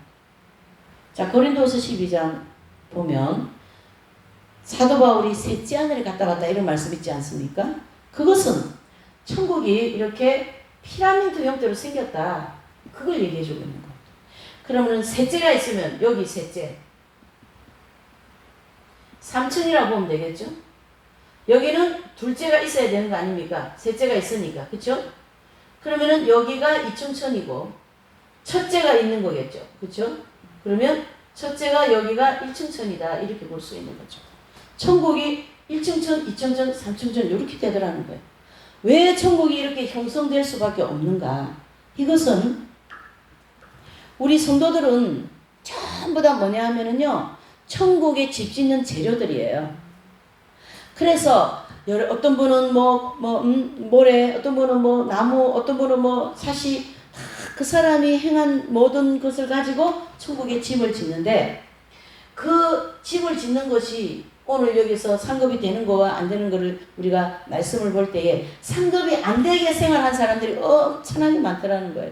그래서 제일 1층천 상급이 적으니까 그 적은 상급에 따라서 1층천에 들어가고, 빛은 굉장히 밝지가 않고, 2층천은 1층천보다 좀 상급을 많이 받았기 때문에 그 상급 따라서 2층천에 들어가고, 3층천의 성도들은 아까 제가 예화드린 이영도 목사님, 이성우 목사님 그렇게 목회를 사람들이 회개 복음을 전해가지고 회개가 터져가지고 너무 사람이 많이 모여가지고 저 문을 다 따고 말이죠. 창가에도 다 앉아있고 이렇게 집회를 한 거 이영도 목사님.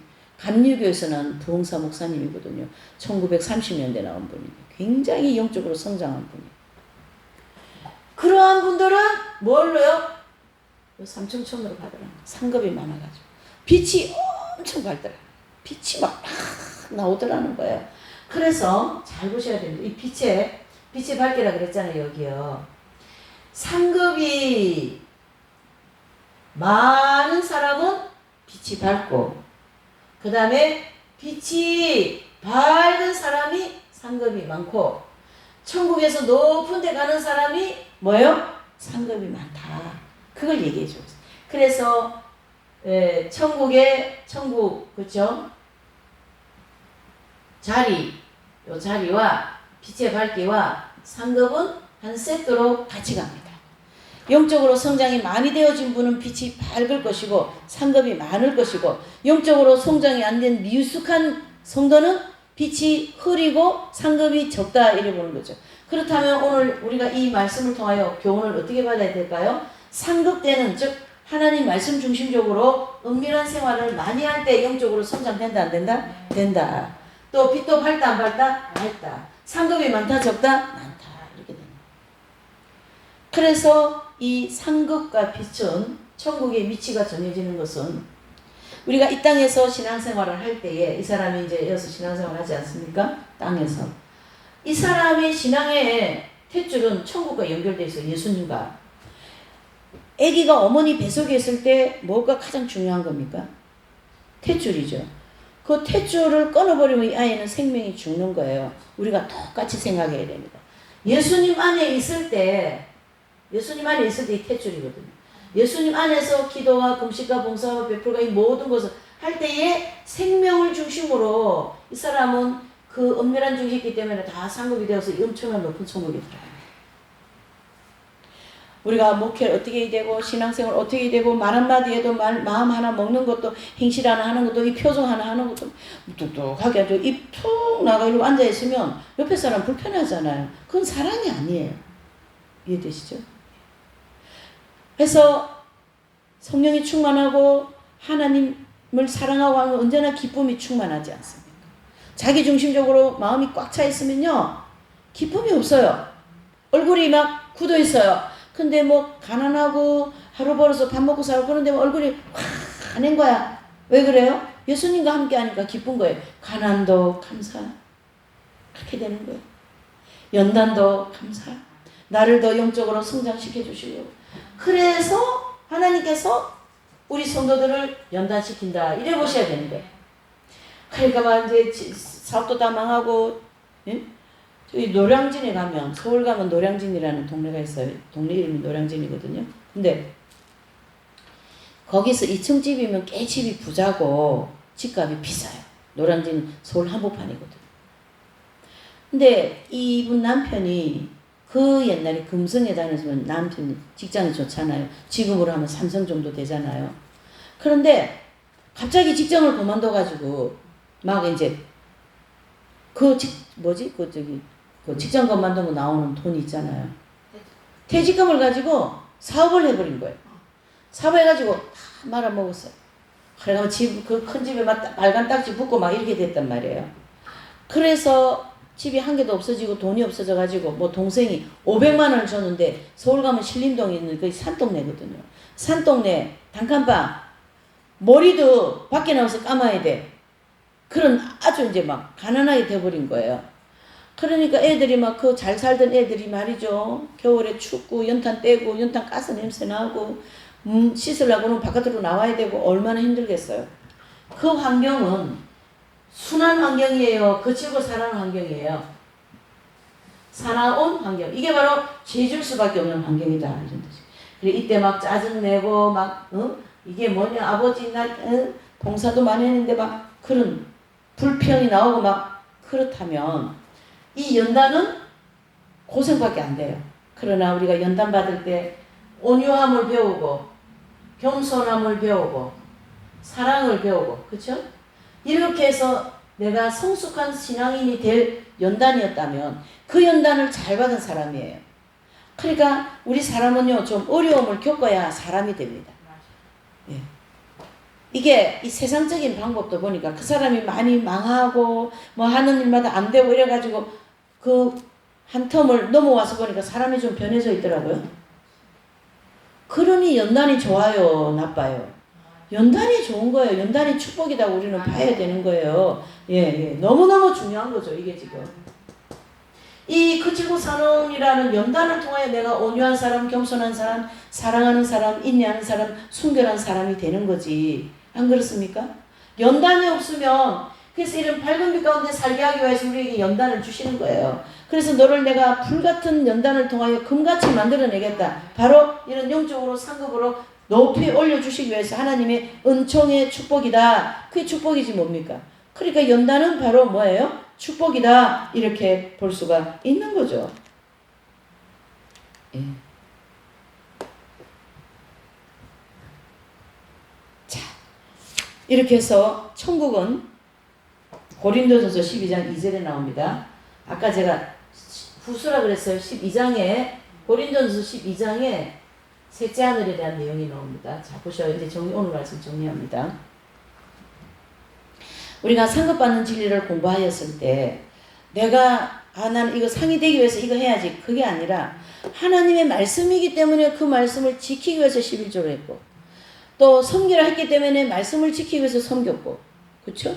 또 성경이 뭐 갈라디아서 보면은 그리스도 예수의 사람들은 그 정과 욕심을 십자가에 못 박았느니라. 이 종욕이라는 이 종욕은요 굉장히 하나님 보시기에 우상이거든요. 종욕 우상이잖아요. 종욕 우상이. 구약의 우상은 눈에 보이는 게 우상, 형상의 우상이라면요 신약의 우상은 종욕입니다. 골로새서 3장 5절에 너희의 지체를 너희의 땅에 있는 지체를 죽여라 그랬거든. 땅에 있는 지체 이게 바로 정욕인데 이 정욕은 나중에 우리가 이제 재련에 가서 공부할 건데요. 이 정욕이 이게 애정과 욕망으로 나눠져 있거든요. 애정과 욕망. 이 애정은 네 가지로 되어 있어요. 혈육의 애정, 남녀간의 애정, 친구간에 대한 애정, 사물에 대한 애정. 욕망은 식욕, 무욕, 그 다음에 명예욕, 그 다음에 수면욕, 성욕 이렇게 5가지로 해서 다 9가지가 된다. 이렇게 이걸 다 합쳐가지고 정욕 이렇게 얘기하거든요. 그래서 우리가 연단을 받으면서 이 애정과 욕망이 막 움직이고 막 그냥 짜증나고 막 뭐 정욕이 내 자신이라면 내 마음대로 안 될 때, 내 자신대로 안 될 때, 내 마음대로 안 될 때, 짜증나요? 안 나요? 마음대로 안 될 때. 짜증납니까? 안 납니까? 그때 조심해야 되는 거예요. 그 짜증날 때, 내 뜻대로 안 됐고, 그럼 막 속에 막 자아가 올라와가지고 막 화나게 만들고, 그거를 잘 잡아야 돼. 그래서 제가 첫째 시간에 그랬죠. 내적 생활을 해야 된다. 그럼 안에서 막 교만이 올라 그러고, 시기질투 올라 그러고, 저 사람에 대해서 한마디 해주고 싶고, 무시하고자 하는 마음이 안에서 수금수금 올라오면, 그걸 빨리 잡아가지고, 회개하고, 성령의 도움으로 그거를 지배를 안 받으려고 노력을 해야 된다. 그 말이에요. 그게 영적 생활이고, 그렇게 살려고 노력하는 것이 빛 가운데 나아가는 길이다. 그렇게 할 때에 다 상급이 됩니다. 얼마나 구체적으로 성경은 우리에게 가르쳐주고 있는데, 오늘날 우리가 이렇게 오리무중에 빠져 있는 거는 이런 하나님의 빛된 말씀을 전부 다 누러 올라가지고요. 그래서 아까 그 천국을 보고 온 그분이, 어떤 목사님이 설교를 하는데 막 설교하는데 거기서 막 파리가 축축축 나가고 막 입에서 뱀이 나가더라는 거예요. 환상을 보니까. 그러니까 예수님 이거는 뭡니까 하니까, 하나님의 밝은 빛된 말씀에 누룩을 섞어서 설교하는 것은 그럼 그야 하나님이 보신다 이렇게 얘기하죠. 그러니까 뭐 이 땅에서 잘 먹고 잘 살자 뭐 그런 설교, 기복주의적인 요업의 연단은 엄청난 큰 연단인 거거든요. 그 연단을 받고 나면은, 연단 받고 난 다음에 요업이요. 그 다음에 엄청 그 10자녀보다 더 많은 자녀 주고 그 재물을 많이 주시지 않습니까? 그것을 육적인 축복으로 접목하면 안 되는 거예요. 요업이 연단 받고 난 그 다음에 받은 연단은 축복은 영적인 연단이에요. 영적인 축복이에요. 그래서 요업은 천국의 가장 높은데 그 상급으로 그렇게 올라가셨다 이래 보셔야 되는 거예요. 나중에 이제 내일은 교회 시대 이긴 자들 공부할 때 이제 이게 나오겠죠. 이렇게. 그래서 제가 이제 이 얘기를 왜 하냐면, 지금